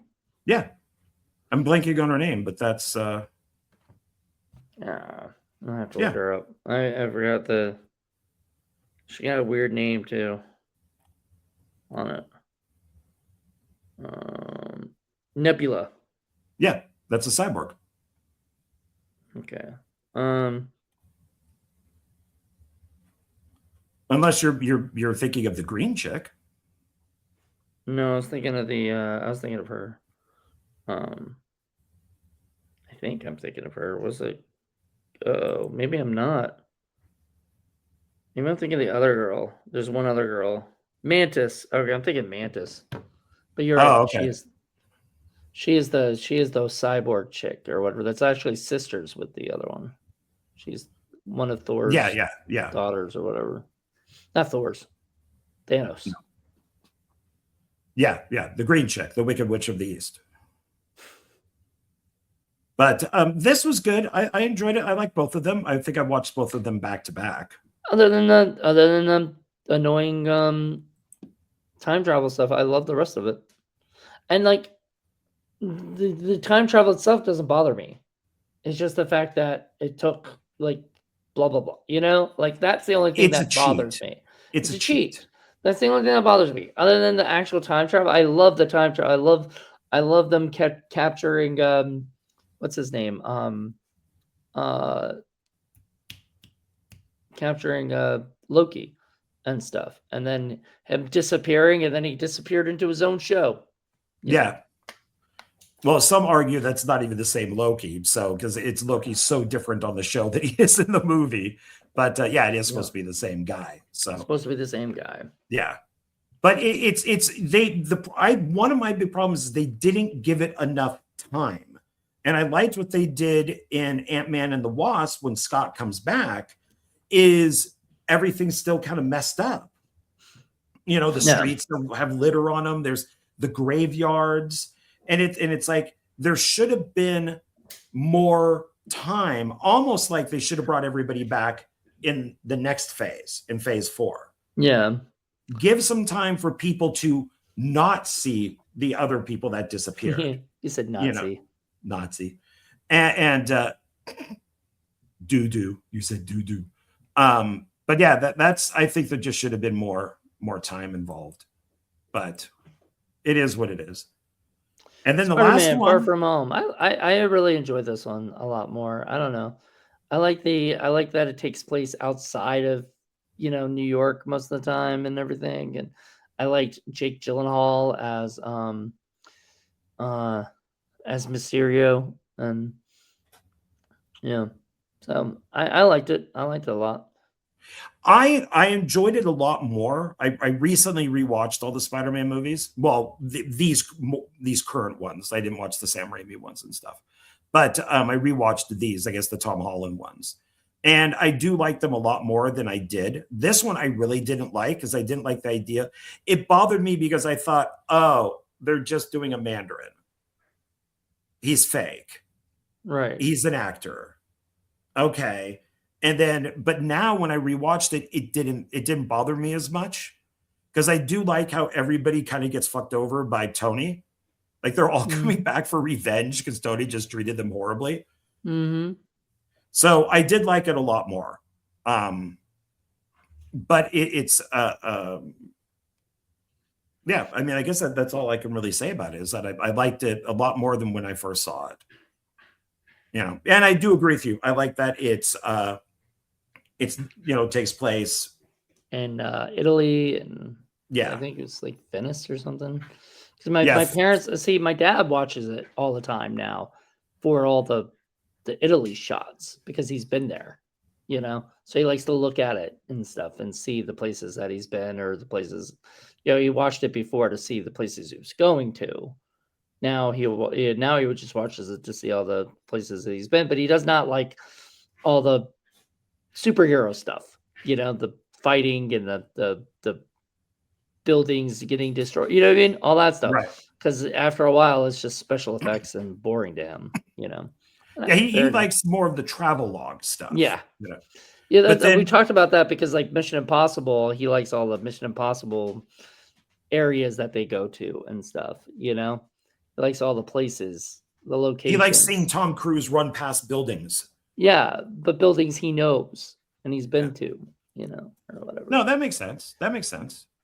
So let's see, where are we money-wise on this? Zendaya, I liked a lot more in this, in these ones too. I liked her. I was not a big fan of her originally, but I thought that she did a decent job in these. Hey. I like that Martin Starr's in this. I didn't realize for a long time that he was the guy from Freaks and Geeks. Oh yeah, he's also. I mean, if you have never seen Silicon Valley, one of the best freaking shows on HBO. I think it's HBO. I've heard that's good. It's really good, but he's great in it. He's such a fucking sarcastic little fuck. I love him.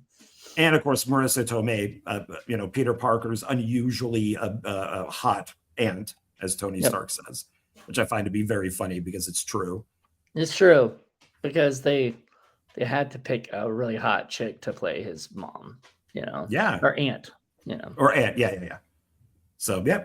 All right. So how much did it make? 1.133 billion. Yeah, and a 160. So yeah, another $1 billion movie. Okay, we're doing good so far. All right. So that ends phase 3. Now, I don't think we were going to go into phase 4. We might be off on our phases. No, we're not going to go into phase 4 Because until that's the multiverse. that's type going to stuff. go later because we've decided that we're going to wait till sort of closer to like the other movies or whatever. Like, you know, we'll do that like in the summer or fall or something, you know, closer to Doomsday, you know. Right. Yeah. So 2019 is a good place to stop for Marvel, because then that gives us then all we have to do then is remove that, do that, and then bring in DC. DC. And then DC, we ended on Buddy. Dark Knight Rises. Because I think that really is the end of a phase. Because we started with Batman Begins 2005, ended with Dark Knight Rises 2012, and then I think Man of Steel. How am I going to pick you up? One of the dogs wants me to pick him up right now and hold him. That's fine. But I'm trying to figure out how to do it without hurting him. So Man of Steel 2013, and then we this go is Deacon, up. by the way. Hello, He's Deacon. a little wiener dog. Oh, okay. And then we go up to, let me get rid of Marvel there. I keep clicking on it. And then that just goes up to Joker. Yep. And that's it. Yeah. Because then, kind of like with phase 4 with Marvel, things kind of go downhill. And this is the same way. Downhill. This was good. This was good. Canceled. I enjoyed this, but a lot of people say downhill. I liked it, but downhill. Yep. I liked it, but downhill. Way downhill. And then we got the Superman. So it's weird. Like right around the same time, their movies just aren't good. Like after a certain year. Yep. So 2019, I think it was after COVID. I think COVID fucked things up badly for both companies. Okay. Because here's my theory. Streaming fucked it up because they weren't trying to fill content in, but both companies, HBO and Disney Plus, needed content, and all of a sudden, like they're just trying to do this stuff instead of just enjoying the fact that they're making these movies, you know what I mean? Like, so anyway, Man of Steel, I just rewatched for the first time in forever, and I really loved it. I really like Man of Steel. I think Henry Cavill is a really good Superman. I liked. There are some things in it that I thought were kind of stupid. Like when Superman gets his suit and it's in like a closet already made, and it's just there. Like, why would it be there? Okay, like, who made it? Yeah, and all that stuff. Yeah, it's kind of ridiculous.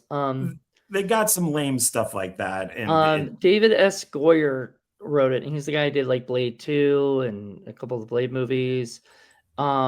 He also did a movie I was rewatching last night. I had not seen it in forever, which was he did Kickboxer 2, directed by Albert Pune. And if you look at the posters now, it says from the writer of Blade 2, which is so funny because that was like 1992 or 93 when Kickboxer 2 came out, and not, like nowhere close to when Blade 2 came out, but they had to market it later as, from the writer of Blade 2. And it was great. It was well written, and it was probably one of the best. It is my favorite Kickboxer movie, even over the first one. So doesn't Van Damme die off screen and then the brother takes over? Isn't it? So it's both of the brothers. There's two brothers in Kickboxer 1, Eric and Kurt, and they're both killed. Yeah, they're killed by Tom Poe, and they show it. It's not off screen. They show Tong Po coming in, taking, there's a flashback of Tong Po coming in, shooting them, but you don't see Jean-Claude Van Damme because they're going to get him. So they show like It's the back, it's yeah, just from like here down. or something like that. Yeah, is ridiculous, but it's a great movie. I really I loved it more than the first one. I think the first one's fun, but like that one is well written. It's got Peter Boyle, it's got Carrie Tagawa, it's got Taika Waititi. No, but that would be Taito Cohen. We found out. So Yeah, that's right. That's right. Yeah, he's right. real. I'm not calling him Waititi anymore. You're Taito Cohen. I'm sorry, brother. That's right. You can't just change your name like that. No. So what did you overall?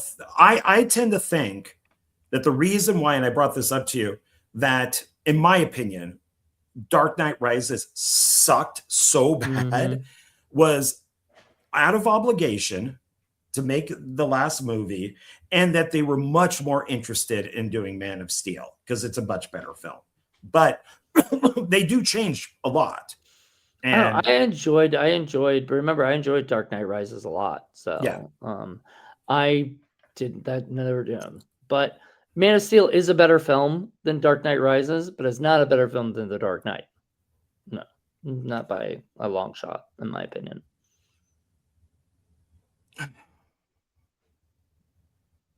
And that's a tough one, isn't it? That's a tough one because Christopher Nolan is not a good writer.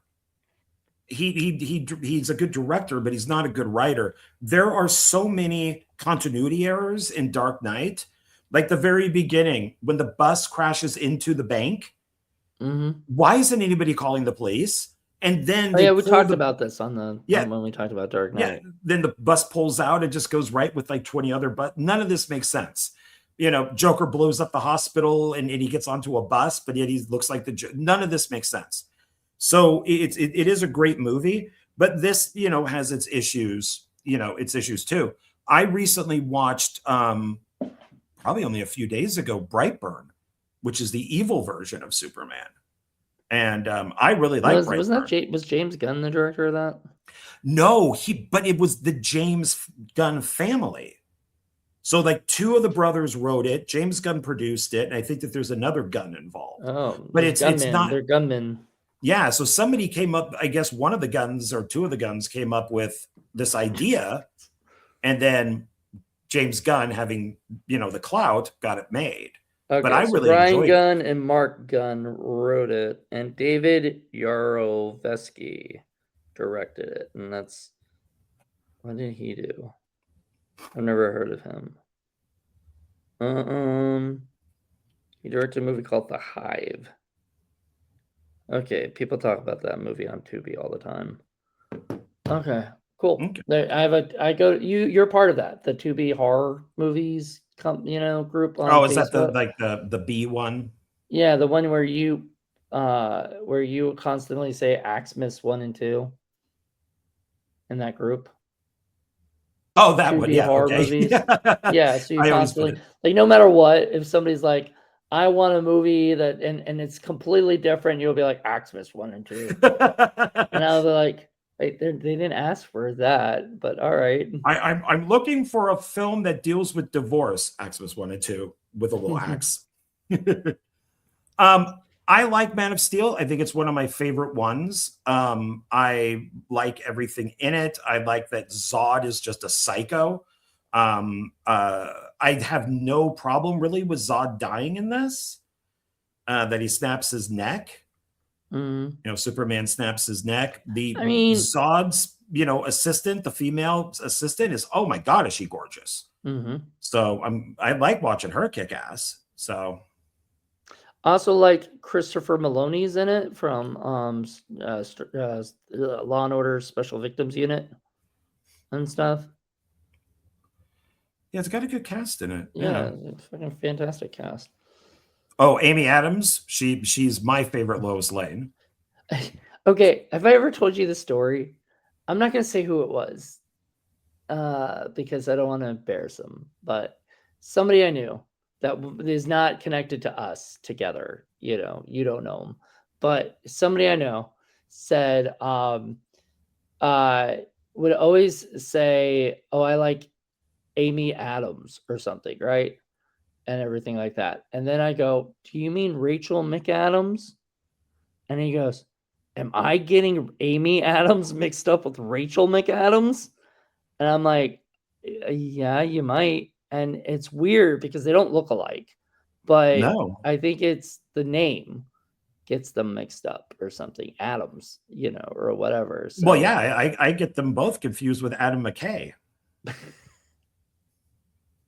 yeah, I Yeah, do. like I just saw a great comedy directed by Amy Adams. Amy Adams. John, do you mean Adam McKay? Have I been saying it wrong the whole time? I mean, I don't know. It's just been funny. It's just weird that was like such a thing that happened.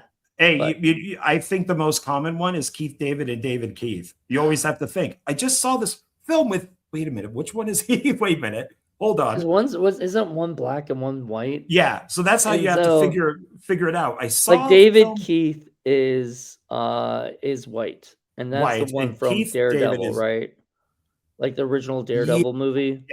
and then Keith David David is black, and he's is the one from The Thing yeah. and stuff like that. So yeah. But that's how you have to look at it because it is confusing. But I thought that this was pretty good. I thought it was a good start to I like angry Superman. I like that he, Angry kind of fucked Superman. with people. So how much did this make? Well, Wow. I don't think that has DC ever cracked $1 billion? Aquaman, I think. I thought That's it was because it was Wonder Woman, Jason but I think it's Momoa, Aquaman. and Just like every fucking woman in the world loves a Jason Momoa, so they'll go take him. Which I mean, look, Jason Momoa's. I guess I don't know. I don't really find him like that kind of attractive. I think he's got a great personality, especially in Aquaman. But I don't know. Yeah, he was fun in like Fast X and stuff. So, okay, so Man of Steel 2013, and then we have 2016 brought us The Batman movie v my brother Superman. walked out of. The theatrical version of Dawn of Justice is awful. Right. When we were in the theater, my brother literally walked out, and just waited until I was done with the movie. The extended one is I don't much walk out of better. movies. What? The extended one is better. I don't know. I don't want to watch something like if you can't get me the first time, then fuck you. I'm not gonna watch your second little fucking one, little. Well, that's what's baby. Zack Snyder does is that I he gives us know. the theatrical. So I don't like Zack Snyder. Zack Snyder's my least favorite director. To me, he's a whore. All he cares about is this. Well, if you didn't like my first one, you're gonna like the second version of it. Maybe the third. He's the fucking George Lucas of the DC universe. So fuck him. Oh. Yeah, I don't like him. I don't like the Snyder Bros who are all like, "Oh, save the Snyderverse." Fuck you, dudes. It's done. It's over. Get over it. I am a partial bro. But my issue is I hate the costumes. I don't like the direction that the story was going. Like the Flash and Cyborg look awful. I hate their costumes. Superman looks fine. I'm not a fan of the way Batman looks. I don't think this was going in the right direction. Also hated the Martha thing. That became like a meme, and shit. Like, your mom's name is Martha too? Oh my God, let's be besties. I'm like, Jesus Christ, dude. Fucking. But I mean, so stupid. I like the beginning of the film where you're seeing stuff from Man of Steel, where Superman and Zod are fighting through the buildings and Batman's all pissed off. I thought there was some good stuff, like where Batman first sees Superman and like the Batmobile gets all messed up, like it spins around. I like, honestly, I liked Ben Affleck as Bruce Wayne. Hate him as Batman. He's a great Bruce Wayne. He's a great billionaire douchebag. awesome. He did a great job as that, but he was not Batman. Like, I don't know. I disagree with Kevin Smith, who said he could play any role, including the shark in Jaws. He'd probably mess that up, you know. I did like him in Daredevil, you know, which a lot of people hated, but I liked him as Daredevil, you know. And actually as Daredevil, you know. I backed him as Batman. I defended him because of watching Hollywoodland, and he was Superman. He was George Reeves. Yeah, but you saw him with the Superman suit. He should have been Superman. And like, I think he could have played Superman. You know, and Henry Cavill could have been Batman. And I think that would have been a better. Maybe switch it. Yeah, I think that would have been a better thing, in my opinion. But okay, you know, the problem is, I mean, both of them are very good-looking dudes. So covering either one of them with a mask, you know, is one of those things where, you know, good-looking guys like to have their face, you know, like Michael Keaton. No offense, great actor, but not the most attractive kind of guy, you know. And so, like, you know, he can cover his face and everything if you know, and people be okay. But like Ben Affleck, you know, I don't know. I guess you got to be Christian Bale. I don't know, whatever. I don't know. Just one of those things. I didn't mind him. I just don't like the costumes, and I don't like the direction of the story. I don't think. Go on the Warner Brothers tour, you get to see all the costumes. Get to see the nipples. We don't need bat nipples at all. Bat nipples. Bat nipples. Don't need bat nipples. Do not need bat nipples. And I hated Jesse Eisenberg. God. He was horrible in this. I'm still convinced, because this is a theory, that he thought he was actually playing the Riddler. that you know, and he's not supposed to be Lex Luthor. He's Lex Luthor Jr. Right. His dad is the one that ran the company, and he got it. So people think, oh, you know, he's horrible as Lex Luthor. He is playing his son. He is playing Junior, but he was still horrible. He's the worst. He's literally the worst Lex Luthor I've ever seen. Like, yeah, I definitely would put like Michael Rosenbaum like up above him and people like that. You know, like he's terrible. People who know that they're playing Lex Luthor. Right. He seemed to be playing the social network or Facebook version of Lex Luthor. He was awful. Yeah. You know, well, there's Holly Hunter, who's always hot. There we go. There's another hot actress that's in here. Or Gal Gadot. She's hot but can't act. She was good in Wonder Woman. Tell you that. The first one. And she was amazing in Snow White. I haven't seen it, so I can't say anything. Jeremy Irons is good as Alfred. Jeremy Irons, yeah. Yeah. All right, so let's look. All I can think of when I hear his voice is Scar. I'm sorry, from Lion King. Oh, yeah, that's right. Okay, here we go. Well, more than Man of Steel. More than Man of Steel, but still not cracked $1 billion. All right. No. All right, let's go to the next one.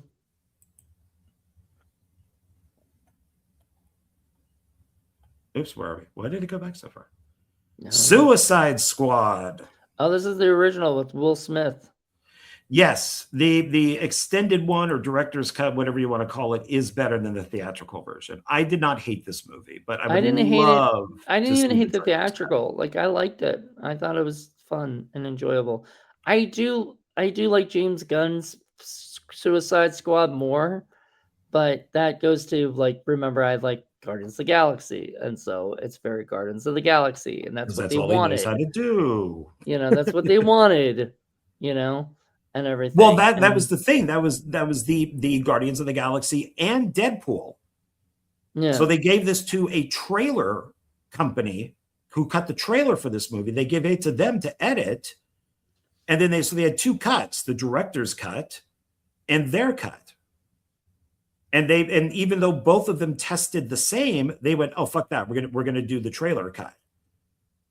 And then he was able to put back, David Ayer was able to put back some of his footage for the, Yeah, you know. didn't they have like the director's cut come out or something? Or is it No, release the Ayer cut?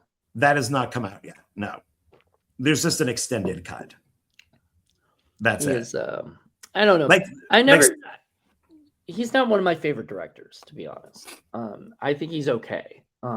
He's got some cool like shots and stuff, but he's not somebody I seek out his work. Yeah, he's okay. He's fine. I did think he got kind of screwed over on this, like a lot of these directors do. Will Smith was fine. I mean, he's okay in this. He's not the guy that he is now, you know. No. And the character is now. race swapped, but that's okay. That's okay. Will Smith does a good job in it. How about this guy? Well, he's only in it for like 5 minutes and stuff. So whenever I complain about him, yeah, like whenever I complain about him being in it, people always will like make that thing say he's only in it for 5 minutes. Jesus, it doesn't Christ. matter. But he's like considered the worst Joker. It's just they tried something different and it didn't work. I'm kind of excited for him to play Skeletor. Like, isn't he Skeletor in the new Masters of the Universe? Yeah, but I'll never. I'm excited to see what they do with them. I mean, I'll never see it. You can let me know. I'll definitely. It comes out when I'm in South Africa. Oh no. What about Harley Quinn here? Yeah, I loved her. So she's the best Harley. She's one of the best Harley Quinns I've ever seen. So yeah, she's fantastic. She was so good. They brought her back she was like the only character to come back from the new Suicide Squad or whatever, you know. And she's good in both Suicide Squads, but awful in Birds of Prey. Yeah, I think that was the writing. The writing and the directing. It's not her. It's not her. She was pretty good. I thought she was pretty good in it. Like, she was the best part. But it was not a Birds of Prey movie. She's not part of Birds of Prey. No. Like, that was so stupid of them to like.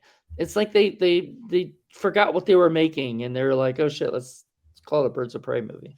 Well, but now you know my problem with these things. So it's and Viola Davis, I did like. She does play Amanda Waller, who's also in Arrowverse. So she's also in. I just rewatched Air, the Ben Affleck directed movie about Michael Jordan. Taking over Nike and stuff like that, doing the Nike Air Nikes or Air Jordans. And great movie. You know, I don't know if you've seen it or not, but it's a really fun movie. Especially about the behind the scenes, and Matt Damon is incredible in it. But what is it? Viola Davis steals the movie.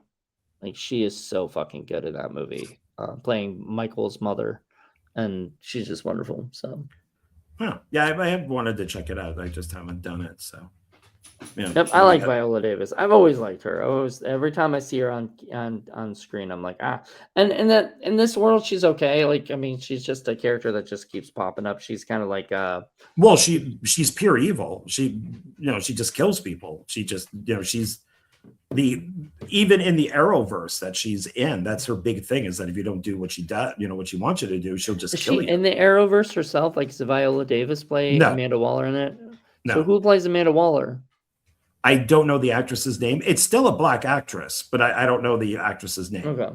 But it is still, because I think in the comic books the character was black, so it kind of follows that at least. And Jai Courtney is okay in this, and then of course she is gorgeous. So playing So let's see where are we at?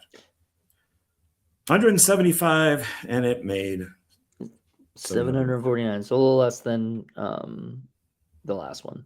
So. Yeah. So all right, I think is in the next one Aquaman, and then Wonder Woman. So Wonder Woman, I know, did very good, and this is 2017. Did it do $1 billion? Shall we look? Let's find out. Okay, before we look, I'm gonna guess it did $1 billion. This is a problem. And Patty Jenkins? Yeah. And she's a great director. This is a problem because the reason why this film is so good and why it did well is this guy right here. Right. The studio gave her complete control of Wonder Woman 1984, and she was backed by her, and we got a piece of garbage. Yeah. So we're going to talk about that later, another time. But that's just, that's why when you give somebody complete control and they take, you take away, this is why I got into an argument with Paul that, it needs to be equal, studio plus filmmaker or studio plus musician, you get a better film most of the time. So let's see. 149. And then it made 824. So we're still in the 824 okay, we didn't make range. $1 billion. No. Oh, I always thought this was the one that made $1 billion, but no, I believe it's Aquaman. Yeah, but it's a really good movie. Everybody in this did a great job. I mean, I thought, she was good. Pine was good. Oh yeah, Robin Wright's in it. That's right. I mean, everybody did a good job in this. What I like is, even though we're seeing stuff on the island, with all the Amazons, they don't really bash men. And that's a thing with me. I did see something later. I did watch something where somebody gets dropped off on this island, and it might have been, I think it's Arrowverse. And of course they bash men, it's like, oh, I'm dropping you off on this island, has Amazons. And it's like, fuck. But this is a good movie. This is a good film. Okay. Next. I can't get over the whole man thing. It just really pisses me off. Now we have then Justice League. Yep. So because Suicide Squad. That's right. Okay, so then this is the one that I prefer. I do like the 4-hour cut. I didn't watch it. I will not watch 4 hours of Zack Snyder. Sorry. I thought it was very good. You can see it in color or black and white. The Snyder cut, which they need to do the air cut. Yep. Sorry, man. Nope. Extended directors. I thought it was quite good. I liked it. So let's see what Josh Whedon, who took over, because sadly, Joss Whedon. Oh, how do you say it? Joss. It's Joss. Oh, because there is no H. There's no H. It's Joss. Joss Whedon. Well, Joseph. Yeah, Joseph. He just goes by Joss, though. So you still call him Joss. But you changed it for Taika Waititi. It's just that's all I've known him for, and I like Joss better than Joseph. Joseph Whedon sounds very boring. Different. So unfortunately, while they were making this, which was a massive mistake, because they should have given each person their individual movie, Zack Snyder's daughter killed herself. Died. Took her life. Yeah. So he left, and they gave it to your guy right here, Joseph Whedon. Joseph Hill. And I did not think this was hideous, this version. But I do like the Snyder cut better. So but this is not a huge fan. I hate his costume. Wonder Woman looks fine. Even Aquaman looks fine. Yeah, it's what it is. It's the wire that they always seem to have that look like muscle. You know what it is? It's fucking Ezra Miller is a piece of shit. So oh, he is a piece of shit. No, I don't like him. Yeah, he is. He's an absolute piece of shit. Or they. I'm sorry, I have to say they. I will not. You will refuse, but I will. God, their future film. Yep. God, shut up. Just shut up. Which they followed by starring in the dramas. When I hear stuff like this, it's like that Jack Nicholson meme, the video of him just going, "Shut up, shut up, shut up," like 5 times, and that's how I feel with this. It's just like, God, you're an idiot, dude. It didn't bother me. It does not bother me. If that's what they prefer, I will say it. No. J.K. Simmons, nice to see him in this. That he's could do Marvel and DC. So Ray Fisher, not bad. I did like that he kind of ruined his career by criticizing Joseph Whedon, but you know. So music by Danny Elfman. All right, let's see what it is. No, oh, no. $661 or $1 million. That's pathetic. Yeah. For 300 million, that's only double its budget. That's pathetic. And this is with reshoots because they basically remade the whole movie. Yeah, it probably would have been like 150 million or something, but they had to double it because of reshoots and shit. Well, so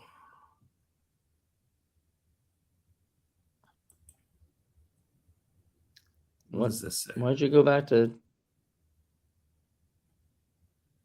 Oh, that's this. That's Zack Snyder's Justice League. That only made 70 million. No, that's the budget is 70 million. Oh.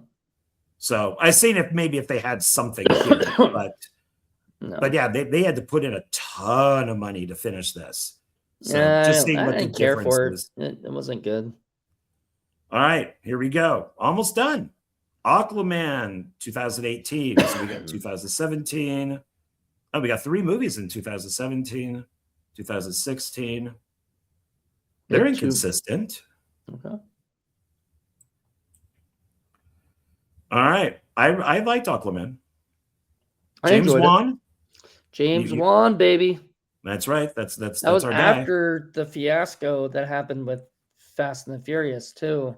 So I'm glad that he went on to do another action movie, Thought he was going to go right back to horror and that was it, after Fast and the Furious, was it 7 or whatever? Yeah, the one where Paul Walker was yeah, well, it wasn't his fault. Like, it had nothing to do with James, but like, I think James got blamed for a lot of that. Oh, no, he did. I watched the whole documentary on it, and Vin Diesel took out all of his anger on James, which is why he did not come back for the next movie.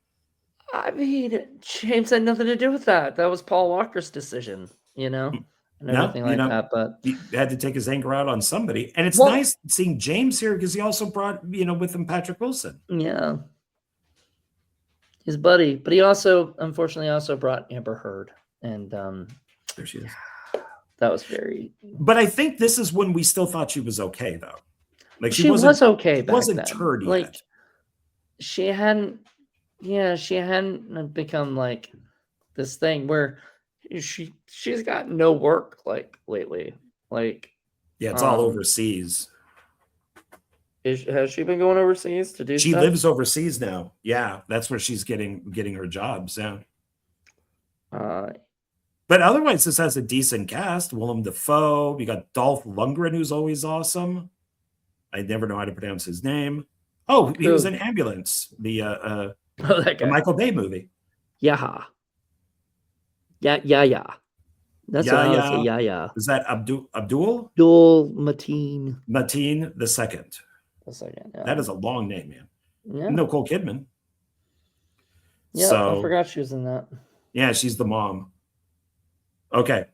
This is $1 billion, I'm pretty sure. Yep. $1.152 billion. So are you thinking it's because of? Dude, look at him. Go up to the picture, the poster. I mean, look at that dude. That's why. Because women went to see this movie way more than men did. They were like, oh my God, he takes his shirt off. I'm coming to see it. He's going to be shirtless most of the time. I'm coming to see Aquaman. It's $1 billion. I swear to God, you put Jason Momoa in any movie and take his shirt off on the cover, people are going to go, I got to go see that movie. All women are going to go see the movie no matter what. So Jason is very lucky for that, There you go. There's nipples. So would this film maybe have made $2 million if Amber Heard here she got naked here, and then all the guys would go see it? So like the girls would get Jason, we would get I don't Heard? think men cared about her. She wasn't a big star. Like if you would put Sydney Sweeney in there, maybe that would have brought the men in, and the women would have came in for him. So that might have made $2 billion. Ooh, But like that. that's the thing. I mean, Amber Heard had not been a big star at that point. I don't think. Like, she'd done stuff, but she was not huge yet, you know, Right. and everything. This movie made her huge and everything. And then, of course, that brought all the other attention to her, you know, and stuff. So, especially with the Johnny Depp divorce. Yeah. Ugh. Team Depp. Team Depp. I don't know. I think they're both people who unfortunately probably were in wrong at times, you know? Like, no, I don't think it was all her, but I think it was more her than it was him, you know? Well, yeah, it takes two to tango. Yeah, but I think think that she's he starts definitely things worse. and he just doesn't, you know, whatever. But I mean, he did have a jar of cocaine, and I am very envious of that. So, you know, I don't know why she's bitching. I mean, how many people have a jar of cocaine? I mean, the stuff I heard, like her, you know, no pun intended with her last name, Heard. Her. But what, you know, from the actual depositions and the court stuff, she like there's that recording of her yelling at Johnny and everything like that, and I'm like, it feels so real, you know? Like, I know people like that just won't let shit go, you know? Right. And will just keep coming at you until you, like, fight them, you know? Especially girls, unfortunately.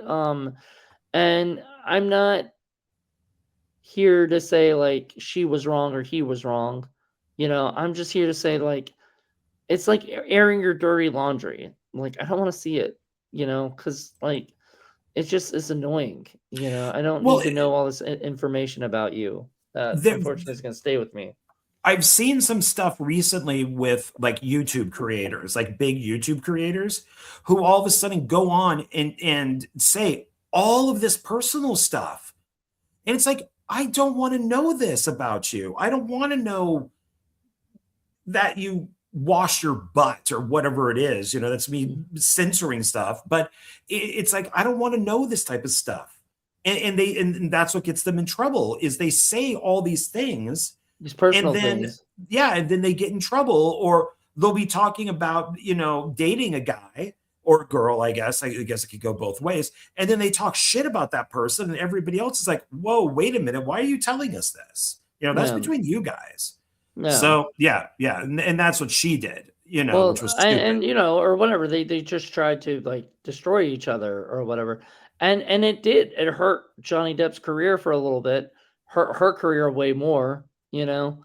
And unfortunately, all they could have done was like have it be a civil suit where they just said, you were wrong, we're both wrong, let's split the money, you know, or whatever, you know, like. Well, it did end. She won the case in the UK. And then she kept defaming him.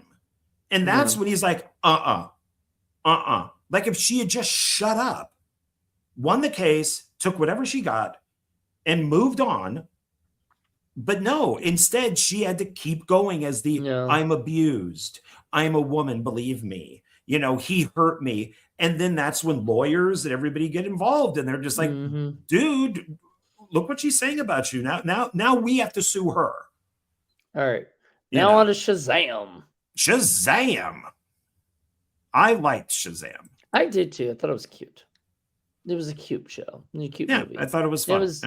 It was fun. David F. Sandberg, man, the fucking horror guy, too. That's like, one of our guys. Lights out. Lights out, baby. I'm very like, I'm happy for him. Like, this was a good one. I did not see Shazam 2, which I hope to see before we review it, or whatever we talk about the next time. But like, I liked Shazam a lot. I thought it was really neat, and I was not familiar with Shazam. I knew the the Captain Marvel / Shazam stuff, you know, but I was not familiar enough with like who he was, but Zachary Levi did a great job. This was Peter Safran. This was before James Gunn and Safran became the the big people for it and stuff. And like it was well done, like very well done, and I really enjoyed it. Yeah, I enjoyed this. I think that it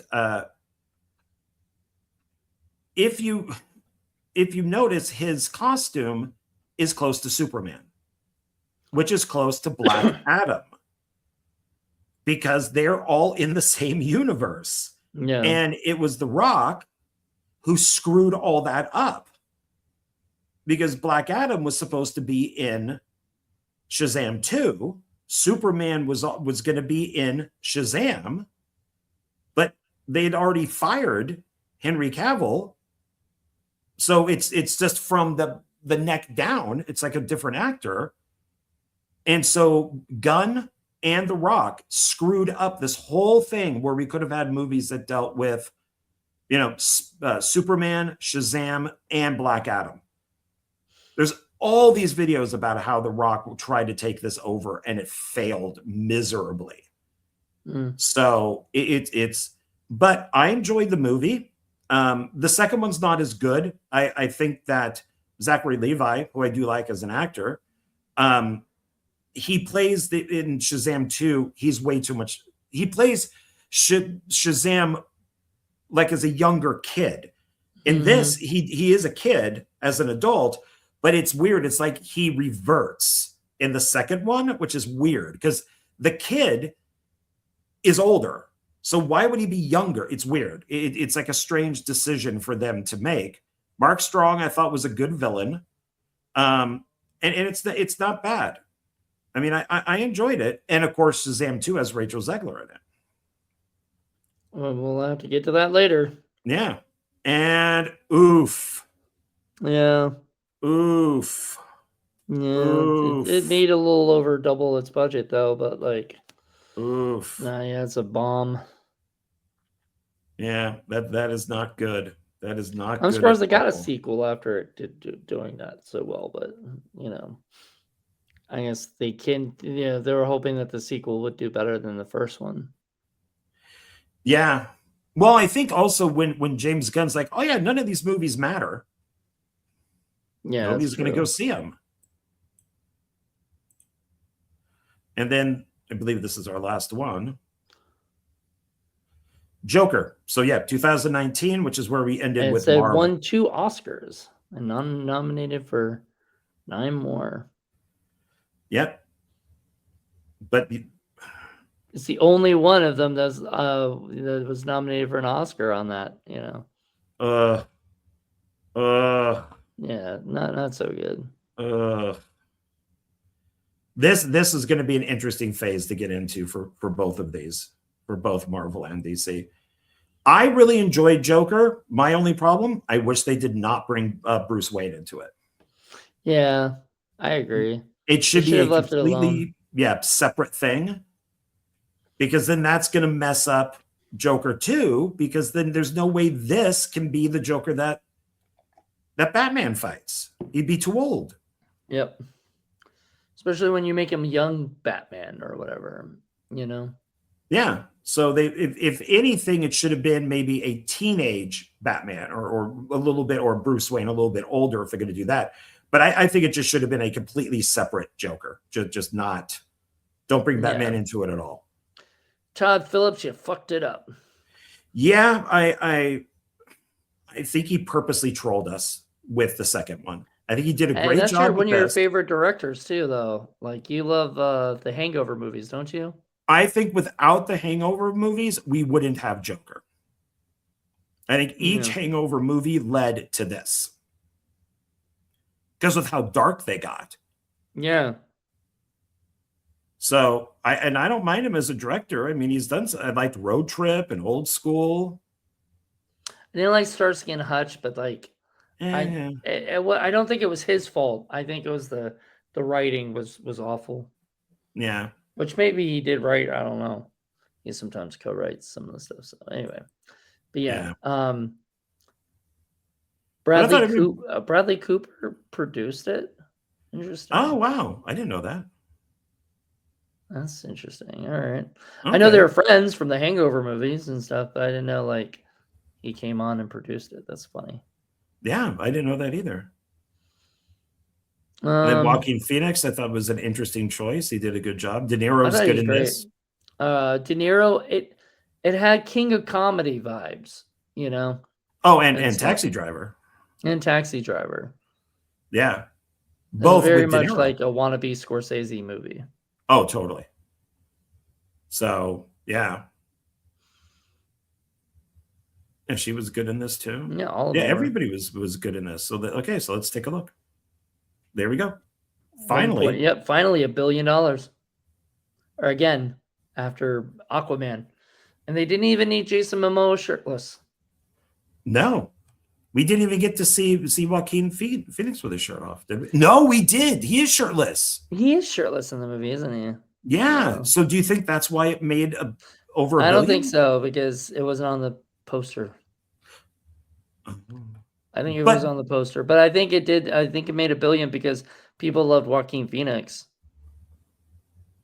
He's a very unusual choice for this. When I heard that he was playing the Joker, I went, really?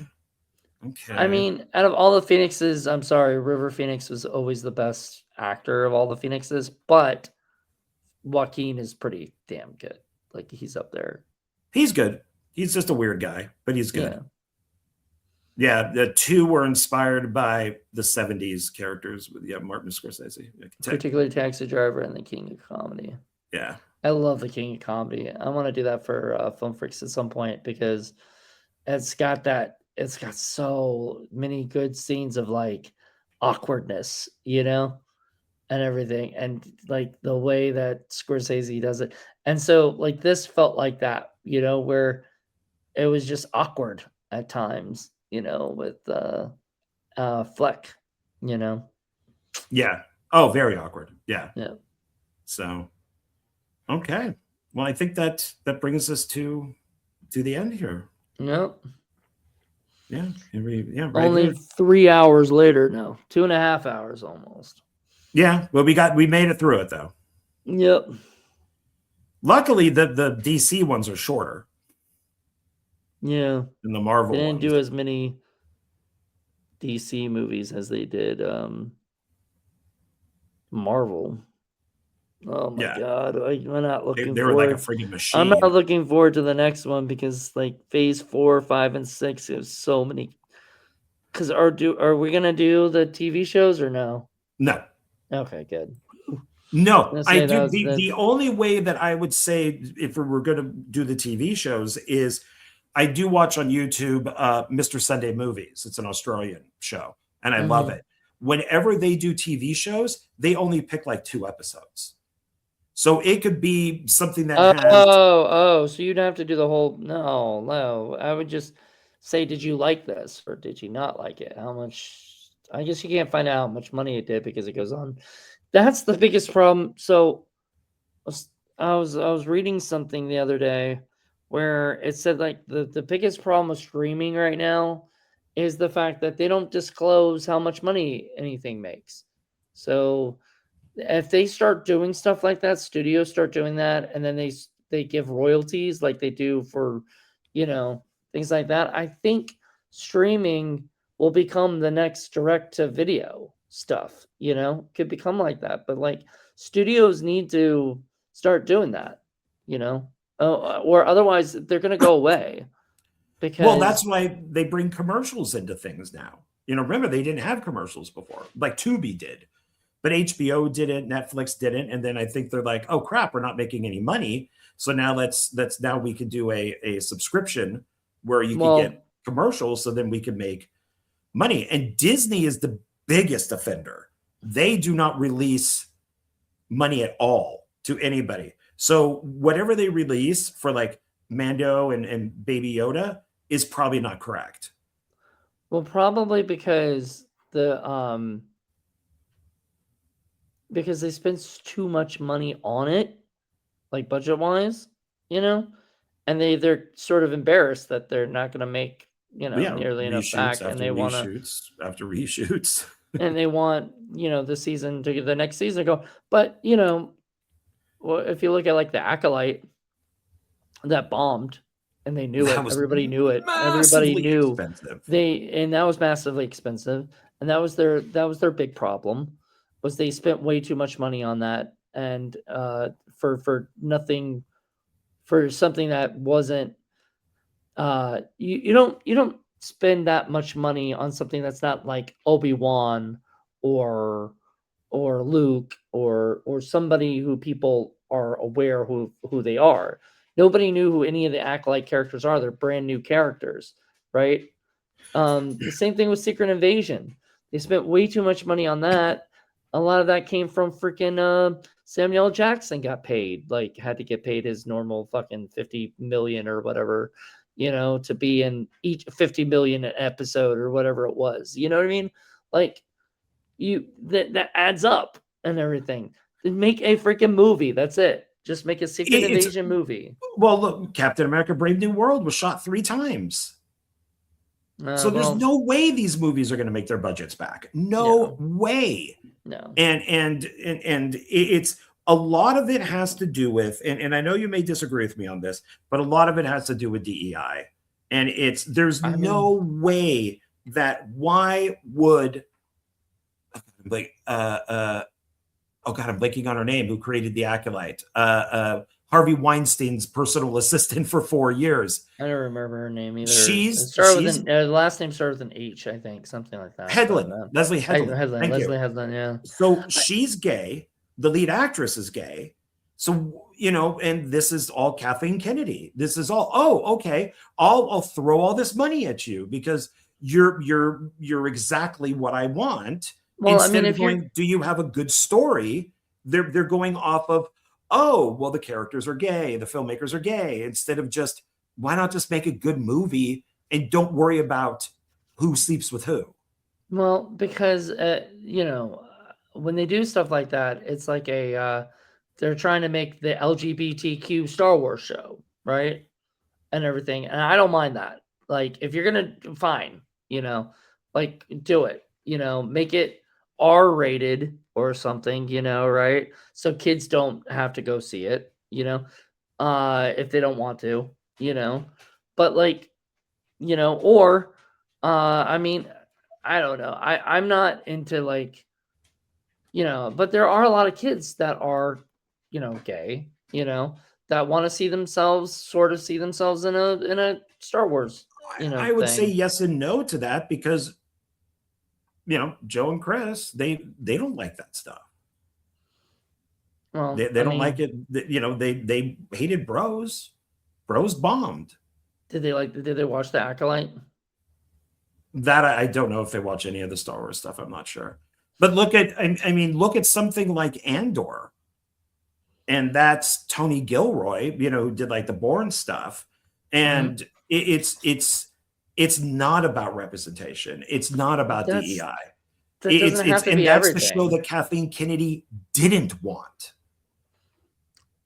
Because it goes against what she believes. I don't know. Anyway, just like I watched a whole thing on Deadpool and Wolverine about how David Iger and Kevin Feige did not want Deadpool and Wolverine made. They did not want it. And it was his name David? Is it David Iger? Bob Iger. It's Bob Iger. This is Bob Chapek, Bob Iger. So Bob Iger didn't want it. Bobs.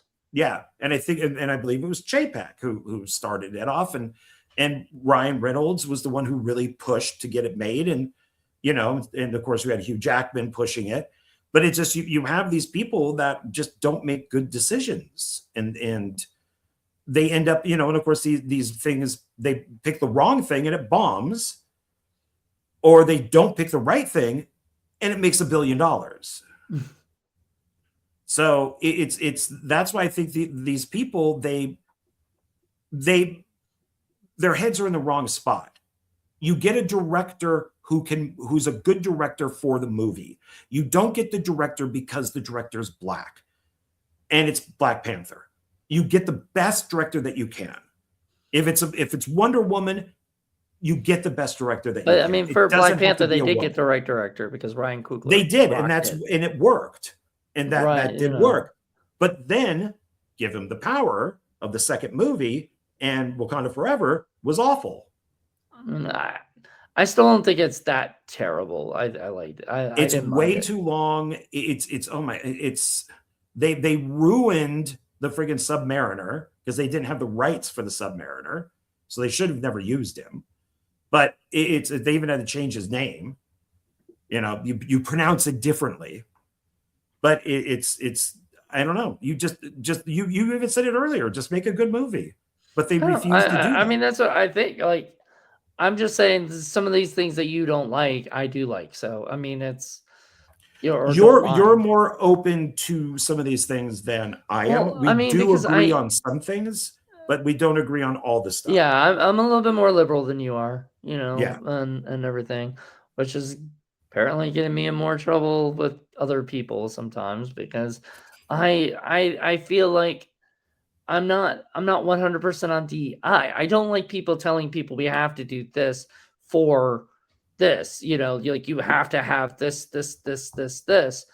I like if like that's the story that you tell and then they have it, like if you want, like I said, if they want to make an LGBTQ Star Wars movie, make sure people know this is going to be the LGBTQ Star Wars movie or show or whatever, and that these are there's going to be those kind of tones and stuff in it, and other people like yourself don't have to watch it. Well, that was The Acolyte, right? The space you don't have to watch witches it. and I didn't like. I tried watching it, and I so just kind of got bored by it. It wasn't my cup of tea, but that didn't make me go, oh my God, this is, this looks terrible. I watched a little bit of it and I was like, oh, not my thing. I was almost going to do that with the Obi-Wan Kenobi show because I thought it was stupid that they took Obi-Wan Kenobi away from Luke. That was his one job. You had one job. Watch Luke. And you went away from him. Because it has too many men. So you have to make it Leia, even though it doesn't, work. It's not canon. It doesn't work with continuity. So you have to make little Leia better than Obi-Wan, smarter than Obi-Wan. She tells Obi-Wan what to do. She could have came to Tatooine. Like, it could have been him there. But I would have still liked him, and I would have still liked more of Luke as a child, kind of stuff. Like, or it could have been both of those two people. It could have been Luke and Leia, and they didn't know that later on they would grow up to be, together or whatever, and stuff. They forgot about each other. Because Leia's on a completely different planet. Yeah, but she could come to Tatooine. She had rich parents. But then everything's too convenient if everything is on Tatooine. Tatooine seems to be the center of everything. I don't know. It's I think it's just making just bad decisions. How come Leia doesn't know who Obi-Wan is later because they don't know what they're writing. It's more about having a young girl in it than a young boy. Right. I'm just saying it made no sense. So, so don't even do it. If it's going to really ruin the thing, just don't make it, Because it doesn't matter to like Kathleen Kennedy. It doesn't matter at all. I was watching something about like Batman 3, like what was going to be Batman 3. It was on one of those ones I sent you, like what would have happened to this movie if it went in this direction. And I remember this. Damon Wayans was going to be Robin. Nobody had a problem with that. Nobody. Robin's not black. I wouldn't have had a problem with that. Yeah. The Robin that he was playing was going to be playing was not black. But nobody had a problem with Damon Wayans way back then. Now there would be a problem because it is so in your face. It is so, if you don't like him being Robin, you're racist. If you don't like him playing Robin, you're Hitler. If you don't like playing Robin, you're a Trump supporter. Damon Wayans Jr. should play Robin next. I would have, see, I would have no problem with that if you get Samuel L. Jackson. Nick Fury is not black. He's white. David Hasselhoff played him. But because we all love Samuel L. Jackson and he does a great job, Nick Fury is now black in the comic books. Nobody has a problem with that. I'm just glad that he's not what's the guy from Baywatch? David Hasselhoff. Hasselhoff. At least it's not David Hasselhoff again. Well, he was in the it would TV be hilarious movie. if he showed up in like Secret Wars as the other, I think they should. I think that they should go back and do like what they did with Deadpool and Wolverine and grab some of these people. Grab David Hasselhoff. Well, they're bring going Dolph to. I think they're Lundgren going in. to. I would love I think to they're see all the going to. I think that's going to happen because I think people were expecting more of that in like Multiverse of Madness, and they really didn't do it and stuff. And like they did it for No Way Home, but like they didn't do it for where they showed like all the other Spider-Mans and everybody showed up. And I mean, I don't know about you, but like, and I think I'll probably discuss it when we do No Way Home at some point, but everybody in my audience cheered every time both Spider-Men showed up. Oh, they just like purposely, when the little world opened up, they purposely had the Spider guys stand there silent because they knew the audience was going to cheer. So if you rewatch the movies, watch them walk through the little portal. They stand there for a minute looking around so the audience could cheer and then stop, and then they continue. So they knew the audience. They knew that was going to happen because everybody is so wanting this to happen. They wanted to see those guys. And you know what? I was happy. I'm still happy. They're coming back. I don't know. I know Toby is at least. Toby is. I don't believe Andrew but I think both of them are coming back for Secret Wars. So I know Toby is coming back for part Doomsday. If what I've read is correct, Toby will not be coming back for Secret Wars. Okay. So then probably Andrew will be coming back for that then. Yeah. Probably. He's remember, not allowed to tell anybody. Everybody dies. Yeah. Well, that's the thing. And then like Secret Wars, everybody dies like completely, whatever, I guess. And then they rebring. But there's going to be some people who are going to live because they're going to go on to do the next, like I think the Fantastic Four group and people like that are new into this world are going to continue on with the next phase, the next thing. So unless they are just another version of themselves, but their Fantastic Four Part 2 is coming out in phase 7. So, I mean, no, it'll be fun. It'll be fun to see what happens. I don't know. I will be there opening day. I'll buy my tickets early. But Secret Wars. Yeah. Even with my issues with Marvel, I'll be there opening day for Doomsday. So. It's hilarious. This guy at my local comic book shop, the owner of the comic book shop, told me that like this guy comes in one day and he goes, "Do you have any of those Marvel comics, the Doomsday comic?" And he goes, "You mean the DC Doomsday? Because Doomsday is a character that kills Superman, and everything. That was the death of Superman was from Doomsday, as a character." And he was like, "No, I'm talking about a Marvel comic. I don't know what you're talking about. Blah, blah, blah, blah, blah." And he was like, "No, there's no Doomsday character. There's Doctor Doom, but there's no Doomsday character." And he's like, "No, there's a Doomsday." Like, the guy didn't know anything. He just knew that there's a movie called Marvel Avengers Doomsday. And so he looked at the guy who runs a comic book shop, who knows way more than some random guy who's never heard of Marvel before, and stuff. And I guess he was probably getting it for this kid who didn't know, Well, whatever. yeah, because I could see that's confusing because there's I think it's the infamous Iron Man, and it's Iron Man in the Doctor Doom cloak. Right. So that all goes back to Kane and all that stuff. So it's where Iron Man and Doomsday are together. Oh, they're And together. They come together. yeah, so that's Doomsday would be, you know, so that's why Well, I'm really hoping that with Robert Downey Jr. in there, that somewhere there's Tony Stark. was So telling the guy at the comic book shop, because he doesn't watch the movies. He hates the movies. He's a comic book purist. So like everything, he was like telling me that he wants them all to look like the comic or be the stories of the comic. And I go, are you like that with books too? You want the exact book adaptations? Like, it's boring. It's like you already know everything that's gonna happen. Why would you want to watch that? You know, like when you want to watch something different, you know, happen. He was like, no, and I was like, all right, well, yeah, I would disagree with some of that. I want some sort of accuracy to what it is. I mean, that's why I make fun of the Arrowverse all the time, is that you look at all these characters from the comic books, and then when you see them in the show, it literally is a leather jacket and sunglasses. And it's like, wait, you couldn't even get clothes? I mean, just do something that looks similar to the comic book.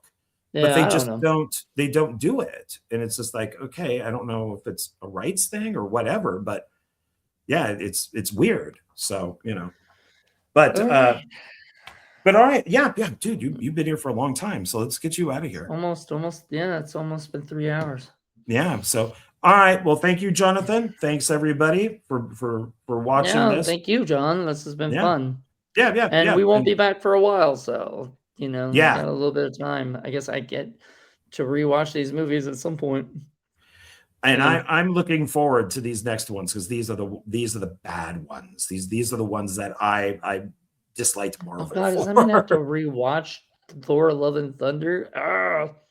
Only if you don't remember it. I rewatched it, you know, recently. I didn't think it was as bad as I remember it being, but it was still bad. It was still not good. It's got problems. I think I even watched Quantumania again. Yeah, I don't know. I watched Quantumania for the Kane stuff, because I watched the episodes in Loki season 1. I then watched Quantumania, and then I watched the Kane episodes that were in season 2. So I rewatched it just for Kane. I didn't care about the other stuff, because it's not Jonathan Majors. Jonathan Major asshole. Guy fucked everything up. You know what? Maybe he didn't. Maybe he made it better, because I'm excited about Doomsday, but I'm also very excited next time that we chat. Spider-Man, Brave New World, not Brave New World, Brand New Day. God, these names are just kind of Brave New World, Brand New Day. You know, I'm excited. You know, I think all these movies are gonna be. You know, I think I would love to. I can't wait to finish, because that would be the thing, is we watch 4, 5, and 6, right? So phases 4, 5, and 6. It's gonna be that'll be next year. That the Secret Wars will be the end of phase 6, I think, right? Yeah. So we won't be able to do this next stuff until like much later.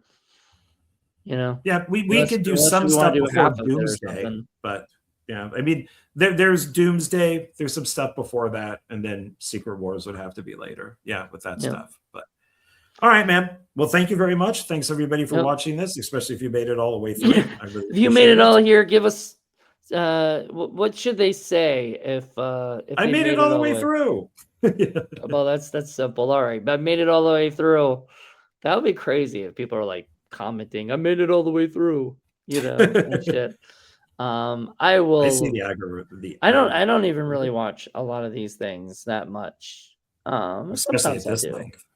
Well, yeah, when it's really this long, it's harder to do, because I normally put it on as background. You know, like if I'm cleaning or doing something else, I'll just have it on in the background. So that's what that's what Donald said when we do film discussion. Before we were part of film discussion together, he would listen to like one filmmaker, just like a radio thing, and he would do other stuff.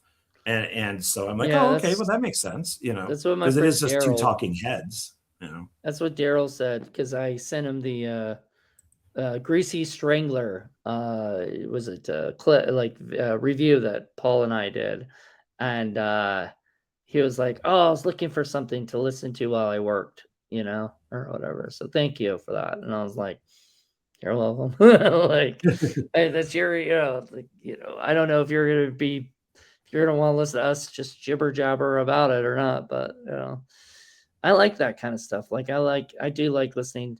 Sometimes I like listening to my old videos and stuff because it gives me an opportunity to think of how I can do things better, Oh, I do the same. Yeah, I know, do the same. and stuff. So, all right. Well, thank you so much, John, and everybody else. Thank you guys a lot. Yeah. Thank you. Thank you, Jonathan. Thanks, everybody. And, we'll see you on the next one down the road. So, all right, everybody. Way down the road. Bye. Bye.